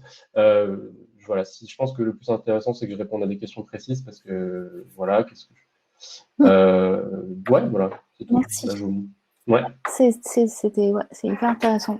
Du coup, il y a pas mal de questions intéressantes. Je pense que tu pourras répondre au cas par cas parce que il est 19h15, donc on est un petit peu en retard. Mais on peut prendre la question, effectivement. Elles sont toutes un petit peu liées, c'est ça qui est intéressant, la question d'Amandine. Donc, hop. Donc, Hugo, dans quelle mesure êtes-vous en lien avec les associations? Comment vous faites-vous connaître auprès des réfugiés? Parce qu'il y a la question de comment les réfugiés connaissent votre site, comment ils peuvent l'utiliser. Oui. Ouais. Alors, les associations, c'est notre première cible actuellement. On est vraiment en contact avec elles. Donc, nous, on a une 50aine d'associations qui ont signé un appel à manifestation d'intérêt. On est en contact avec, je dirais, 100 à 120 associations. Et c'est directement avec elles qu'on travaille aujourd'hui parce que ce sont ces personnes-là qui, entre guillemets, enrichissent la plateforme et qui sont les acteurs même de la plateforme. Nous, on propose une solution technique et ergonomique. Et eux travaillent avec leur expertise terrain et leur expérience d'accompagnement social sur la création des fiches. Donc nous, on est directement en lien avec eux. On anime plusieurs communautés que je vais vous montrer très rapidement. Une communauté de ce qu'on a appelé le comité de la démarche accessible. Voilà, une des erreurs. On va pas en parler. Le comité de la démarche accessible, donc c'est un peu pompeux. C'est un groupe de travail de personnes qui sont motivées pour rédiger des fiches démarches simplifiées. On a également une communauté de traducteurs, évidemment, qui est animée par Nour. Et puis, on a aussi des modérateurs de la traduction pour qu'on s'assure que la traduction soit de bonne qualité. Donc, aujourd'hui, on interagit directement avec les associations, plus que directement avec les réfugiés, sauf à travers ce chat, puisque on est dans une première phase qui est de remplissage pour atteindre une masse critique, puis une fois qu'on aura cette masse critique, on sortira une version mobile simple, allégée et une application mobile qui sera donc beaucoup plus accessible pour les réfugiés directement. Il y a la question effectivement qui est intéressante, et ce que tu soulignes un petit peu, c'est que, voilà, alors je vais la poser je ne vais pas paraphraser Louis-Jean. Est-ce dur de concilier un positionnement militant avec une appartenance au service public ou au contraire? C'est vraiment des discussions qu'on a au quotidien, même avec le délégué interministériel, avec des collègues. C'est aussi un positionnement très personnel de savoir si, voilà, moi, le choix que je fais, c'est d'essayer d'avoir une marge de manœuvre directement au sein de l'État via les espaces que crée le programme EIG ou que créent ces nouvelles administrations. Les délégations interministérielles, c'est des choses relativement récentes, en tout cas sur ces nouveaux sujets. Donc, pour vous dire, en fait, nous, on a tous les feux qui sont ouverts. On est une délégation de 16 personnes avec des profils qui viennent de tous les ministères, donc un vrai brassage de culture administrative, une phrase bizarre également. Et ça, c'est vraiment très enrichissant. Et en fait, on a beaucoup de marge de manœuvre pour accéder. On a une légitimité qui nous permet d'accéder à des associations, qui nous permet de faire confiance, parce que c'est malheureusement aussi un marché, c'est un secteur dans lequel il y a beaucoup d'associations qui, aussi par la stratégie de délégation de services publics de l'État, génèrent parfois des concurrences. Et donc, vous avez des grands opérateurs de l'État qui sont associatifs, qui créent des projets similaires à celui-ci, mais qui n'ont pas la légitimité, je dirais, institutionnelle à ce qu'elles deviennent référence. Et donc, nous, l'objectif, c'est de mettre tous les acteurs autour de la table pour faire une plateforme de référence. Et honnêtement, voilà, ce positionnement rend les choses extrêmement agréables. Et donc, moi, ça m'empêche pas de tenir un discours honnête sur les forces et les faiblesses actuelles. Voilà. Bon, c'est chouette. Bon, merci beaucoup, Hugo. Si tu veux, pareil, tu peux répondre sur le chat aux questions, parce qu'il y a d'autres questions intéressantes. Et on va passer la main à Ah oui. l'heure du but. Du coup, pour la dernière présentation projet, là, qui Merci va être beaucoup. de l'autre côté, donc pas côté public des services, mais côté agents et partenaires qui voilà, pourront voir les coulisses d'une plateforme métier, enfin, outil métier. Alors, Et on clôturera voilà, rapidement après avec Sophie pour vous réexpliquer le programme Entrepreneur d'intérêt général et voir dans quel cadre la nouvelle promotion est lancée en septembre. Sur les projets.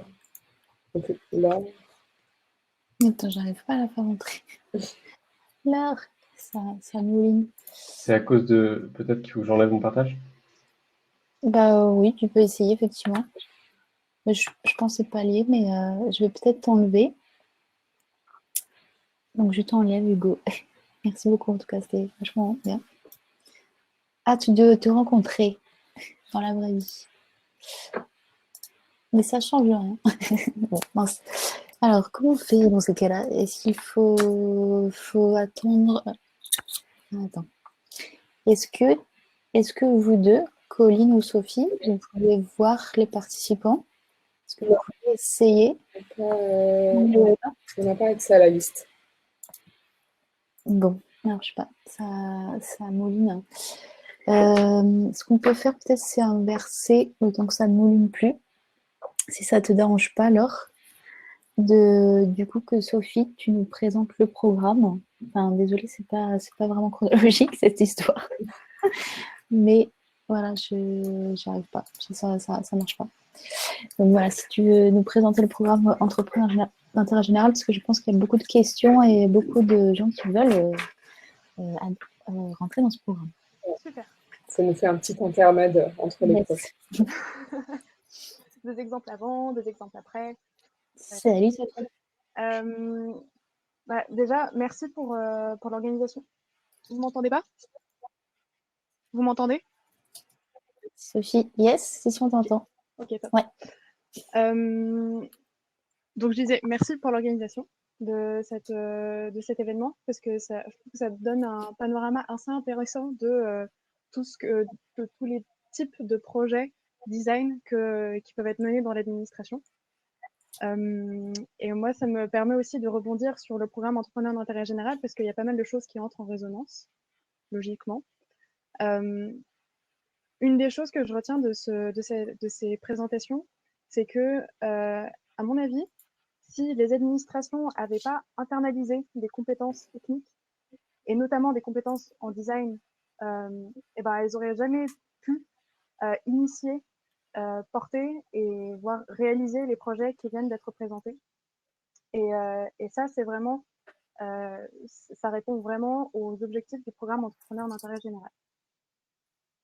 Je vais vous partager une présentation PPT en espérant.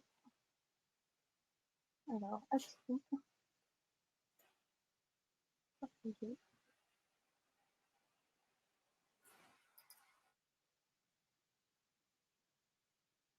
Là. Et je mets.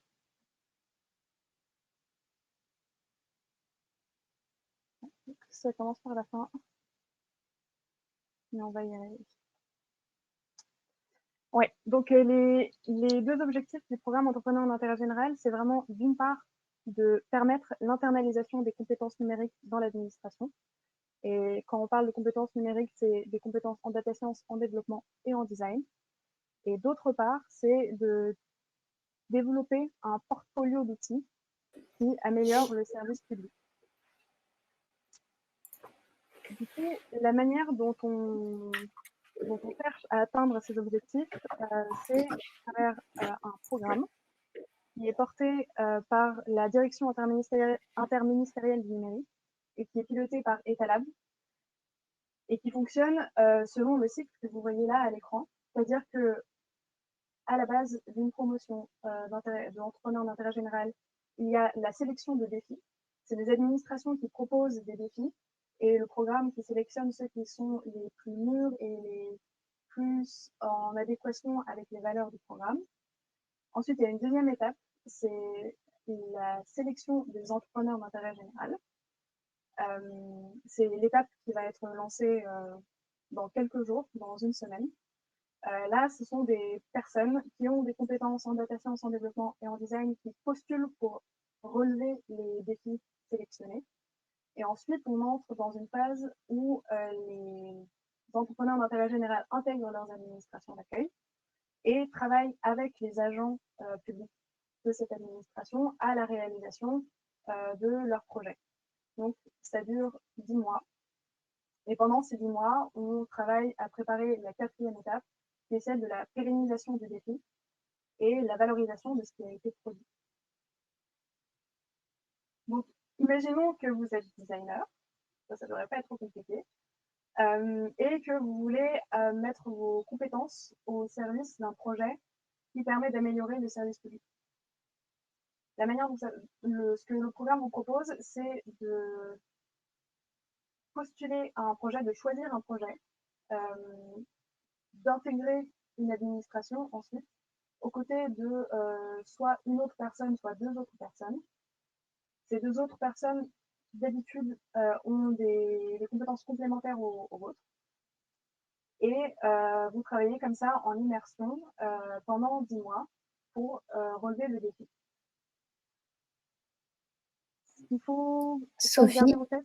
Ouais, excuse-moi, il faudrait que tu parles plus proche de ton micro parce qu'on t'entend pas très bien, s'il te plaît. pardon. Ah là, c'est génial. Comme ça, ok. Je vais parler dans le micro. Je vais le garder au menton. Du coup, ce qu'il faut garder à l'esprit, c'est que le programme Entrepreneur d'intérêt général, c'est un programme qui a vocation à ouvrir une fenêtre. C'est-à-dire que, voilà, bah, c'est ce qui est marqué dans la présentation, c'est une zone d'expérimentation un peu unique au sein de l'administration. C'est-à-dire que quand vous intégrez une administration, vous l'intégrez pas en tant que prestataire, vous l'intégrez vraiment en tant que vous devenez un agent contractuel de la fonction publique, ce qui vous permet d'avoir une vue assez, de l'intérieur des différentes problématiques que rencontre votre administration d'accueil, et vous ensuite de proposer des solutions, d'explorer des pistes et de réaliser, de relever au mieux le défi qui vous a été posé. Donc, un des éléments sur lesquels on insiste, c'est que le programme propose vraiment une vraie liberté d'explorer au sein de l'administration et en collaboration avec des agents publics. La deuxième chose sur laquelle on a bien insisté, c'est le fait que intégrer le programme Entrepreneur d'intérêt général, c'est aussi intégrer une communauté. C'est-à-dire que individuellement, les entrepreneurs d'intérêt général intègrent des équipes dans les administrations, mais ils intègrent aussi une promotion, puisque tous les défis commencent au même moment, et que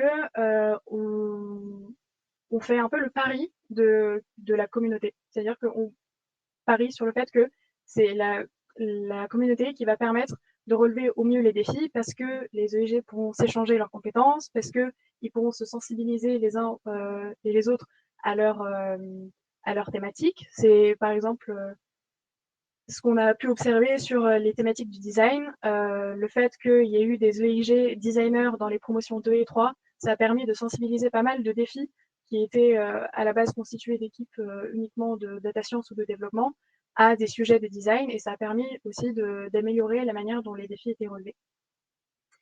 Et enfin, on fait un peu aussi ce pari de la communauté parce que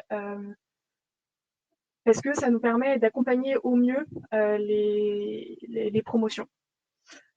Donc, ce que le programme propose, c'est un accompagnement à la fois technique et méthodologique pour l'ensemble des entrepreneurs d'intérêt général et pour les agents publics avec lesquels ils travaillent.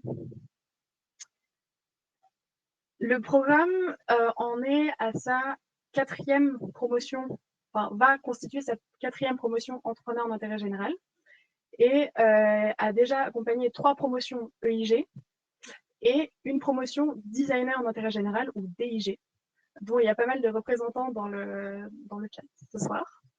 Les designers d'intérêt général, ça a été une sorte de déclinaison du programme EIG, spécifiquement sur le design, parce qu'on s'est rendu compte qu'il y avait une demande assez forte, un intérêt assez fort au sein des administrations pour le design, et donc ça a été le moyen d'expérimenter une nouvelle promotion qui nous a permis de confirmer le fait que les administrations étaient vraiment intéressées par ces compétences, qu'il y avait une vraie demande, même si la compréhension des métiers et des méthodes n'était pas toujours parfaite, mais en tout cas, il y avait de l'intérêt et cette promotion a permis aussi d'acculturer certaines administrations aux méthodes du design et aux métiers du design. Et donc, si je vous raconte tout ça, c'est que le programme Entrepreneur d'intérêt général continue. Pour cette 5e promotion, ce qui va se passer, c'est que le programme EIG et DIG vont fusionner pour faire une promotion un petit peu plus grande. La promotion précédente faisait 32 EIG, celle-ci fera 41 EIG. Et donc, nous allons lancer un appel à candidature le 4 mai pour recruter 41 EIG. Donc, ce qu'on peut déjà vous dire, c'est que il y a eu 17 défis qui ont été sélectionnés cette année, qui débuteront au 1er septembre 2020 et qui concernent des domaines assez variés, comme la transition énergétique, écologique, la santé, enfin, vous voyez la liste à l'écran. Tout ça pour vous dire que l'une des valeurs fondamentales du programme Entrepreneur d'intérêt général, c'est l'intérêt général, comme le nom l'indique, et qu'on voit vraiment dans cette sélection des domaines qui, à notre avis, posent un vrai impact et proposent d'avoir un vrai impact et concernent pour certains des sujets vraiment d'actualité. Je pense notamment au thème de la santé et de la gestion de crise.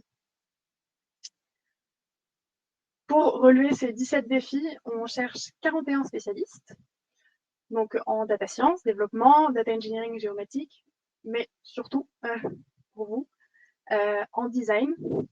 Donc sur 41 spécialistes, il y aura 14 spécialistes en design, dans des compétences assez diverses, que j'ai listé des grandes thématiques, mais les profils seront un peu précisés au moment du lancement de l'appel à candidature,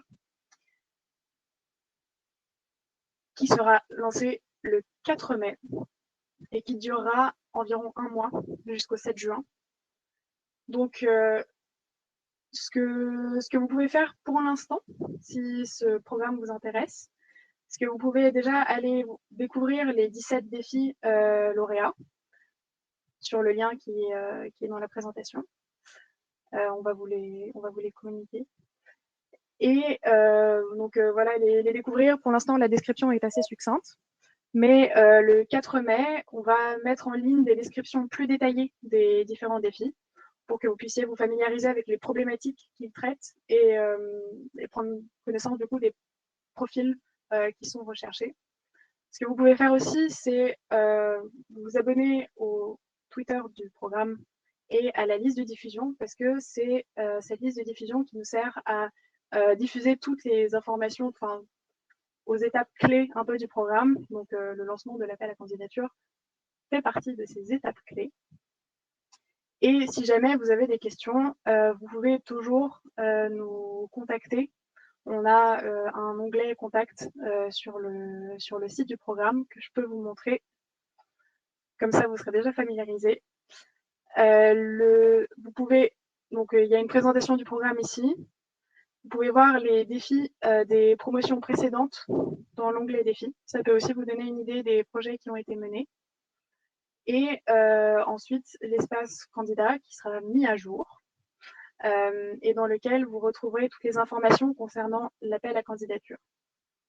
Et pour vous inscrire à la liste de diffusion, vous pouvez aussi passer par le footer du site pour être tenu au courant des différentes échéances. Voilà.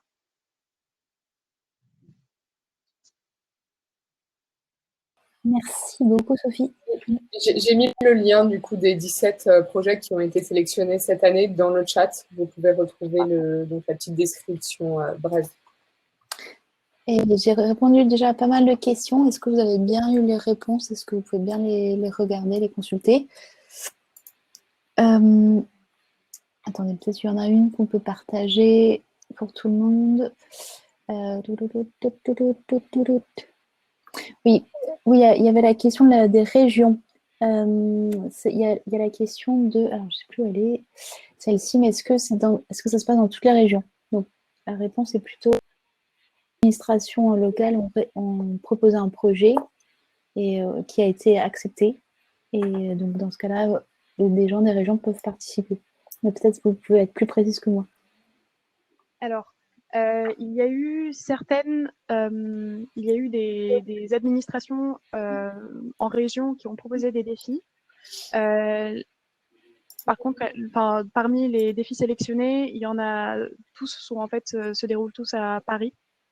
Par contre, les années précédentes, on a déjà eu des personnes qui habitaient en région et qui s'étaient déplacées du coup pour réaliser leurs défis EIG. Et inversement, on a eu des défis en région pour lesquels les EIG se sont installés en région pour relever leurs défis. Mais cette année, c'est en région parisienne. Il y avait une question également sur la possibilité de bosser à distance, et c'est assez d'actualité. En fait, ce qu'on demande en termes d'émission aussi, autre que l'apport de compétences des EIG, en fait, c'est vraiment d'intégrer une administration pour participer à la culturation et au changement de pratique des administrations. Donc souvent, le travail, en fait, vraiment le travail main dans la main va être favorisé et on se rend compte que c'est important. Notamment, on l'a d'autant plus constaté avec les designers qu'une proximité, en fait, une intégration complète dans les équipes permet d'avoir accès à la matière, permet d'aller challenger, permet d'avoir accès à des utilisateurs. Et il y a aussi, voilà, ça, dans le programme, dans les missions de l'entrepreneur d'intérêt général, on voit aussi souvent qu'il y a des partages de connaissances, des formations internes pour pouvoir faire monter en compétence une administration plus largement que juste introduire une personne qui est porteuse de cette compétence à un moment T. Voilà. Et après aussi pour la notion de recrutement des profils, en fait ça dépend, c'est un vrai match entre l'administration et le profil. Il y a pas, c'est sûr que dans tous les gens que j'ai vus, chez tous les DIG que j'ai vus, il y a un certain niveau quand même. Donc je pense que c'est difficile d'arriver tout jeune après l'école dans ce programme parce qu'en fait vous êtes en petit nombre déjà. Vous êtes des fois tout seul dans une grande administration qui ne connaît pas du tout les nouvelles manières de travailler. Donc, il faut quand même avoir un petit peu d'expérience pour parler à tous ces gens. C'est beaucoup de flexibilité pour adapter, tordre les méthodes, du design, du développement, de l'adaptation pour que ça parle et que ça fasse sa place. Voilà, donc c'est un vrai... ouais, c'est la guerre. Non, c'est pas... Ouais, c'est un vrai challenge, quoi. Alors, comme on est vraiment en retard, enfin là on commence à être en retard, je préfère avancer avec Claire parce que je veux que vous restiez en ligne pour écouter son projet. Donc, toujours les questions, répondez dans le chat pour ceux qui peuvent. Et voilà, donc je te laisse la main. Vas-y. Eh bien, merci Pauline, bonjour à tous. Je vous partage tout de suite mon écran. Voilà, partager. Hop. Donc moi, Laure Dubu, je suis designer UX et graphique aussi. Je travaille pour la plateforme Résorption Bidonville. Donc, avant de vous parler des adaptations qu'on a réalisées spécifiquement pour le Covid, je présente le projet. Donc là, on est sur la landing page. Donc, la plateforme Résorption Bidonville est développée par la délégation interministérielle à l'hébergement et l'accès au logement. C'est une start-up d'État qui est incubée à la Fabrique numérique, qui fait partie du réseau Beta.gouv, etc. et qui a été lancée en octobre 2018. Donc maintenant, résorption des bidonvilles, c'est quoi? Et un bidonville, c'est quoi? Donc quand on parle de bidonville, là dans notre cas, c'est des habitats informels qui sont en France majoritairement occupés par des personnes originaires de Roumanie ou Bulgarie. La politique de résorption des bidonvilles, c'est quoi? C'est en fait une approche qui souhaite dépasser l'approche justement centrée sur les évacuations, pardon, pour combiner des actions d'accompagnement social et d'insertion des familles. C'est voilà, vraiment insérer les personnes ou faire un accompagnement social pour résorber les bidonvilles. Donc, la plateforme dans tout ça qui est développée, donc c'est une plateforme pour les acteurs de la résorption des bidonvilles, c'est pas une plateforme destinée aux habitants des bidonvilles, c'est une plateforme de partage et coordination entre les acteurs, dont l'objectif est vraiment de mieux piloter et d'améliorer les actions en renforçant le partage et l'analyse du phénomène et des actions d'accompagnement social. Alors, maintenant, je vais vous présenter la plateforme en elle-même, qui est sur accès, évidemment, parce que ce sont des données aussi confidentielles. Donc, là, on arrive sur la plateforme avec les fonctionnalités. Je présente rapidement. Donc, voilà, il y a la partie site, qui est surtout donc, recensement des implantations, le nombre de personnes, d'habitants, etc. La partie dispositif, le suivi des actions. L'annuaire qui va être voilà, la liste des utilisateurs pour faciliter la mise en réseau des acteurs. L'administration pour gérer les différents profils d'utilisateurs, parce qu'il y a des administrateurs locaux dans chaque département qui permettent de créer des comptes, etc. Mon compte aide. Donc, dans le cadre du Covid, qu'est-ce qu'on a fait? D'abord, pourquoi on a fait des améliorations et des changements et des adaptations? Tout simplement, ou pas tout simplement, mais c'est qu'en fait, les habitants des bidonvilles sont des personnes précaires, très fortement impactées par cette crise. Leurs activités économiques dites grises sont réduites, voire sont réduites à zéro, donc la manche, le ferraillage, ou s'ils ont un travail, il est réduit. Donc ou limité, il y a eu un réel besoin en fait, d'apporter une aide d'urgence de l'ordre de l'humanitaire, c'est-à-dire assurer un accès à l'eau, l'eau potable, une aide alimentaire aussi, en plus en fait d'une surveillance sanitaire. L'accès à l'eau, vous allez me dire, il l'avait déjà, non, pas toujours, et parfois c'était dans un cimetière, mais le cimetière il est fermé. Donc voilà, il y avait des choses à réadapter. Donc qu'est-ce qu'on a fait sur la plateforme? 2 adaptations qui ont été faites en une semaine, voire 10 jours pour les dernières. Donc améliorer la connaissance de l'accès à l'eau sur les sites. Donc, comme on voit, on a tout simplement ajouté dans notre barre de fil qui existait déjà l'accès à l'eau et rajouté très simplement ce petit picto accès à l'eau qui est également sur la fiche d'un site. On a ajouté, c'était des améliorations qu'on voulait faire depuis longtemps mais qu'on n'a jamais pris le temps de faire ou pas prioriser, etc. Et donc voilà, le champ modalité d'accès à l'eau qui, vous verrez par la suite, est très très utile dans l'analyse des informations. Deuxième autre grand axe d'amélioration, c'est le suivi des actions en fait sur les sites, les implantations, à travers un espace commentaire où site par site, on peut suivre les actions, les interventions qui sont réalisées. On a défini voilà, une date d'intervention, le type d'intervention et signalé on va dire des urgences. Les personnes orientées vers un centre d'hébergement spécialisé, etc. Donc ça a été fait très très rapidement, à partir aussi de retours en appelant, savoir, mais en fait on a créé des choses ne sachant pas exactement encore ce qui allait être créé. Je pense notamment aux centres d'hébergement spécialisés qui se sont appelés d'abord centres de desserrement, ensuite centres d'hébergement spécialisés. Donc voilà, il y a eu évidemment des adaptations et on a aussi développé ces tags 3-4 jours après le début de la crise, ne sachant pas encore exactement ce qui allait être, ce qui allait devoir être mis en place et ce qui allait être mis en place réellement. Donc ces commentaires, évidemment, on les retrouve en bas et on les retrouve dans l'espace Covid, ici, où là, on a tous les commentaires réalisés sur les sites.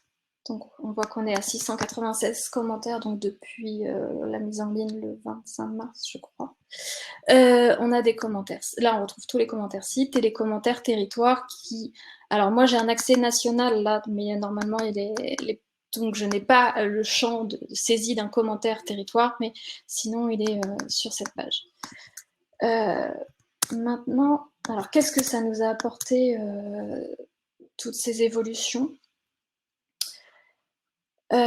Donc sur la politique publique, il y a des apports au niveau national, et je peux en parler plus facilement parce que je suis justement dans l'administration au niveau national. Donc les apports au niveau national, c'est le renforcement du contrôle des actions des territoires, c'est-à-dire être en capacité d'objectiver, de chiffrer l'accès à l'eau potable sur les sites. Est-ce qu'il est présent partout? Pas, ou quel territoire est plus avancé sur ce sujet. Idem sur l'aide alimentaire. Sachant qu'évidemment, voilà, la plateforme s'inscrit dans un ensemble d'outils mis en place par la DIAL pour suivre les actions, des visioconférences hebdomadaires, même bi-hebdomadaires au début de la crise, des points de situation par mail, etc. Ce que ça permet aussi, ce que permet la plateforme, c'est de communiquer sur la situation. Un enjeu de reporting, à la fois la cellule de crise interministérielle, envoyer des alertes, etc., potentiellement, et auprès des territoires, c'est-à-dire une forme d'émulation en leur renvoyant une image de où est-ce qu'ils en sont sur la situation, qu'on a créé à partir de la plateforme, des données de la plateforme, ce type de cartographie, et ça permet de suivre aussi en temps réel, de dire là on a une personne avec un cas Covid sur tel site. Ça permet aussi de valoriser et favoriser les échanges de pratiques, c'est-à-dire que quand un territoire a mis en place des installations d'accès à l'eau qualitatives par des raccordements, quels ont été les leviers pour ce territoire pour mettre en place ça, contrairement à d'autres territoires qui n'ont pas eu cette stratégie, qui ont plus eu une stratégie de mise en place de citernes ou autres. Comment, voilà, on peut voir les différentes stratégies et ainsi voilà, favoriser les échanges de pratiques. L'autre apport, c'est alimenter les échanges pour préparer l'après-Covid. Justement, en fonction de ces stratégies mises en place, et de nous, au niveau national, avoir cette vision des différentes stratégies, comment on peut alimenter les pistes de réflexion des différents territoires sur voilà, les stratégies à mettre en place pour atteindre cet objectif de résorption des bidonvilles par l'accompagnement social. En intégrant cette dimension de sanitation, mais en tout cas d'amélioration des conditions sanitaires sur les sites. Alors là, c'est une capture d'écran très, très basse définition, mais c'est-à-dire qu'on est vraiment capable de se dire sur un territoire, ok, 10 sites sont raccordés par une borne incendie, 10 c'est des jerrycans, etc. L'apport au niveau local. Alors, j'ai fait 3 entretiens un peu rapidement non, mais j'ai pris le temps de faire 3 entretiens hier et aujourd'hui, et surtout merci aux personnes qui se sont rendues disponibles alors qu'elles sont très très occupées, pour répondre à cette question, parce que je ne pouvais pas de ma place y répondre de manière totalement juste. Donc, au niveau local, ça a été, et ça l'est encore, un support pour décider des actions. C'est-à-dire que, pour donner un exemple, il va y avoir un export de la liste des sites. À partir de cette liste, il y a une cartographie des sites qui est faite, qui est croisée avec la cartographie des bornes d'incendie. Et voilà, ça va être le support pour mettre en place des actions. Ou alors, toutes les semaines, pour le point hebdomadaire, pour organiser la distribution alimentaire ou l'accès à l'eau, on va voilà, faire un export de la plateforme. On voit, et là je vous parle d'export, que voilà, pour le moment, c'est la plateforme est la base d'information, mais c'est l'export Excel, c'est pas la base c'est pas la plateforme en elle-même. C'est un point pour nous à travailler. L'apport aussi, ça a été un déploiement accéléré de la plateforme, un peu du même ordre probablement que réfugiés.info, c'est-à-dire que on a fait 2,5 fois plus de visiteurs uniques au maximum, et on a eu 50 nouveaux utilisateurs en mars, là où d'habitude on est entre 15 et 20 par mois. Ce qu'on constate, c'est que les nouveaux arrivants n'ont pas de difficulté à prendre en main l'outil. Ce qu'on constate aussi, c'est qu'en fait, cette crise permet à, on va dire, valoriser quelque part l'outil. Pour prendre un verbatim d'hier, c'était la préfecture a pris en compte que c'est un outil de centralisation des données. Là, voilà, ils avaient déjà accès, mais tiens, on est tous en confinement, on est tous isolés, et c'est peut-être pas si mal en fait d'avoir cet outil. Ça l'a valorisé. Voilà, un autre verbatim. Dans tous les cas, la base, c'est la plateforme. C'est vraiment devenu l'outil de suivi côté des DCS. Je n'utilise plus mon tableau de suivi. Par contre, on constate que à l'heure actuelle, ce n'est pas un outil pour analyser les actions. Un utilisateur hier a évoqué, en effet, je pourrais identifier les sites sur lesquels il n'y a pas eu d'action parce que voilà, je n'ai pas signalé d'intervention. On n'en est pas là parce que la plateforme ne le permet pas et parce qu'aussi, ça demande aussi un travail et une prise de recul on n'en est pas encore. On n'y est pas encore. Et je vais terminer sur ça, sur quels sont nos enseignements de ce qu'on a mis en place et de l'utilisation de la plateforme dans le cadre du Covid pour la conception et le développement. Bon, ça nous renforce l'utilité de la plateforme, de sa valeur, de son existence. C'est un crash test, clairement, parce que la plateforme, sa promesse, c'est faciliter la coordination et le suivi des actions. Là, c'est crash test parce qu'on est encore plus dans des actions de crise et avec une utilisation accélérée. Ça nous permet aussi de voir, c'est qu'on a eu ces derniers mois peut-être une course aux fonctionnalités au détriment d'améliorations essentielles qui, là, en fait, qu'on avait mis un peu sous le tapis pour des questions multiples. Et là, ça nous revient un peu en boomerang, on va dire, ce qui est un peu frustrant de la part de l'équipe, parce que c'est des choses auxquelles on avait pensé depuis des mois et qu'on n'avait pas encore mis en place, comme par exemple avoir un nom d'usage pour les sites, parce qu'actuellement les sites se retrouvent par leur adresse, et ça semble évident et on le sait, il faut qu'on mette en place la possibilité de rechercher par des noms d'usage. Autre point frustrant, c'est pouvoir analyser les données, parce que là, voilà, c'est par Excel, par des cartes, et on a envie que tout ça se fasse par la plateforme. On n'y est pas encore, c'est dans notre roadmap. Pour conclure, je dirais que surtout on y voit plus clair pour la suite. La crise est un révélateur des forces et faiblesses, à la fois pour les systèmes et la plateforme en fait partie. Quelles sont les évolutions essentielles? Ça fait vraiment émerger tout cela. Voilà. Et donc, merci. Et évidemment, c'est un travail d'équipe où nous sommes donc, vous voyez, un développeur, une intrapreneuse et un mentor. Merci beaucoup. Merci. Ouais, c'était très intéressant. Donc, j'ai l'impression que pour tous vos projets, c'est... yes. Pour tous vos projets, ça a révélé l'urgence finalement. C'est fondateur en fait dans tous ces projets. Enfin, on le voit aussi à notre niveau, de revenir aux choses vraiment essentielles. Et du coup, ça développe vraiment le focus sur la suite. On voit plus clair. Et c'est ça, je trouve que c'est intéressant qu'on puisse vivre cette période tous ensemble, parce que on a tous appris les méthodologies Lean UX, Sprint, etc. Mais là, en fait, on peut vraiment les appliquer et tout le monde en même temps, quoi. Tout le monde est obligé d'aller très, très vite. Et du coup, ce que j'entends, c'est que ça a vraiment changé, ça a déboîté des choses. Alors, petite info, le webinaire va se fermer tout seul. Peut-être pour rebondir, juste pour rebondir. Vas-y. C'était juste pour rebondir, Pauline, sur ce que tu disais, c'est que souvent, en fait, les designers, ou les développeurs et data scientists qui vont intégrer l'administration, ils ont plutôt l'impression de faire des concessions sur leur méthode de travail, sur l'approche un peu puriste qu'ils peuvent avoir. Et déjà, en fait, la prise, l'entrée en matière, la compréhension du fonctionnement de l'administration peut sembler lourde. Et le fait d'être confronté à une situation comme ça, c'est plutôt les administrations qui se rendent compte qu'en fait, les méthodes qu'on porte sont plus naturelles, plus intégrées. Et en fait, ils en sont convaincus parce qu'ils en font l'expérience. Voilà. Donc, c'est un petit peu le revers. En tout cas, ça change de point de vue, ce qui est assez intéressant à observer. Oui, exactement. Donc, du coup, c'est une bonne nouvelle pour vous. Mais je pense aussi que dans les entreprises, il y a aussi tout d'un coup, ah oui, on peut faire les choses comme ça, on peut aller plus vite, on peut se parler en fait beaucoup plus facilement. Donc, c'est une vraie nouvelle approche. Alors, je vais prendre juste une question parce que le webinaire se termine, qui ferme ses portes vraiment au bout de 2 heures. Donc, donc ça va être un petit peu court.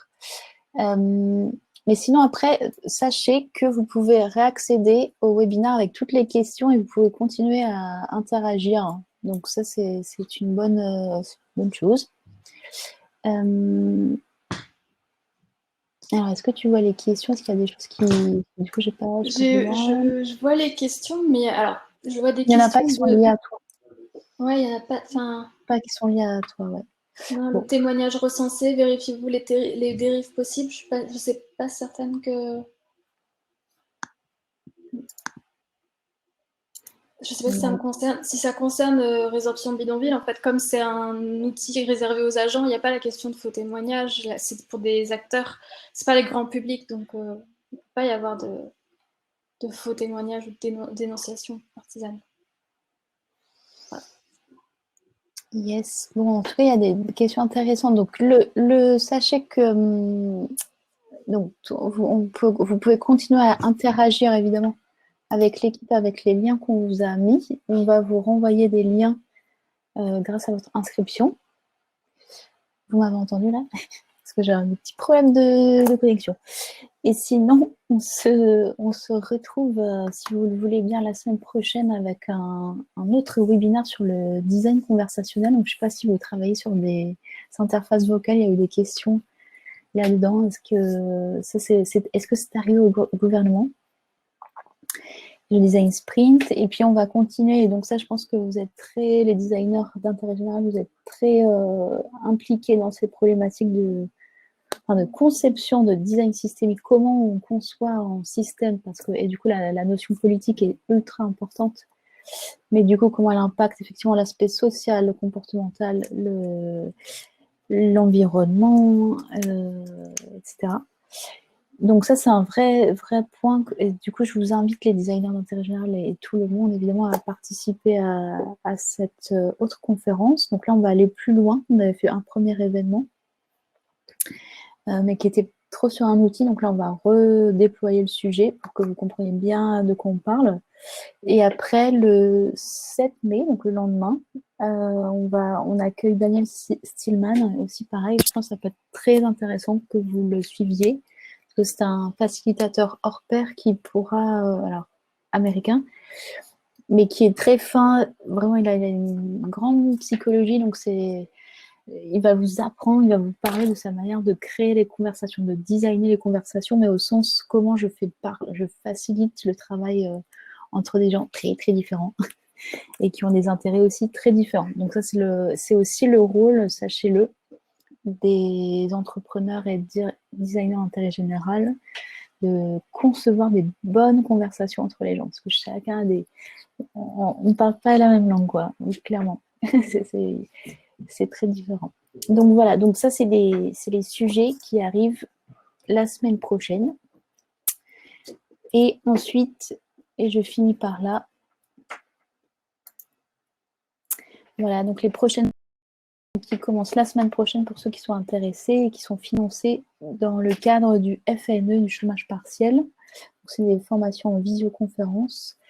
Et donc, c'est un format de 9 semaines en visio avec un mentor, donc à votre rythme, sur un sujet de transition écologique. Donc, ça aussi, ça peut être intéressant de travailler là-dessus parce que c'est un projet que vous pourriez aussi porter en tant qu'individu pour les collectivités. Donc, vous pouvez travailler partout en France ou ailleurs.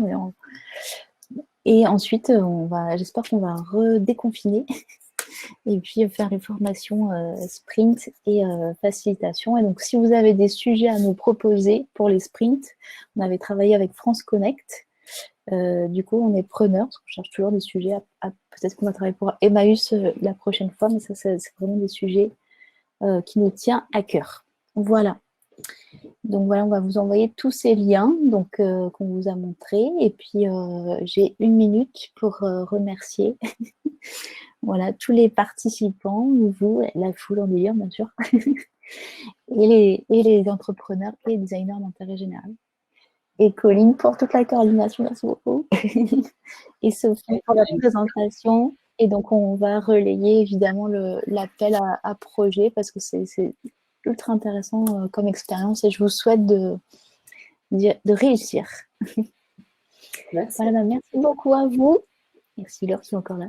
Merci tous les participants, Marina, Laurie, Julien, Hugo. Voilà. Merci tout le monde.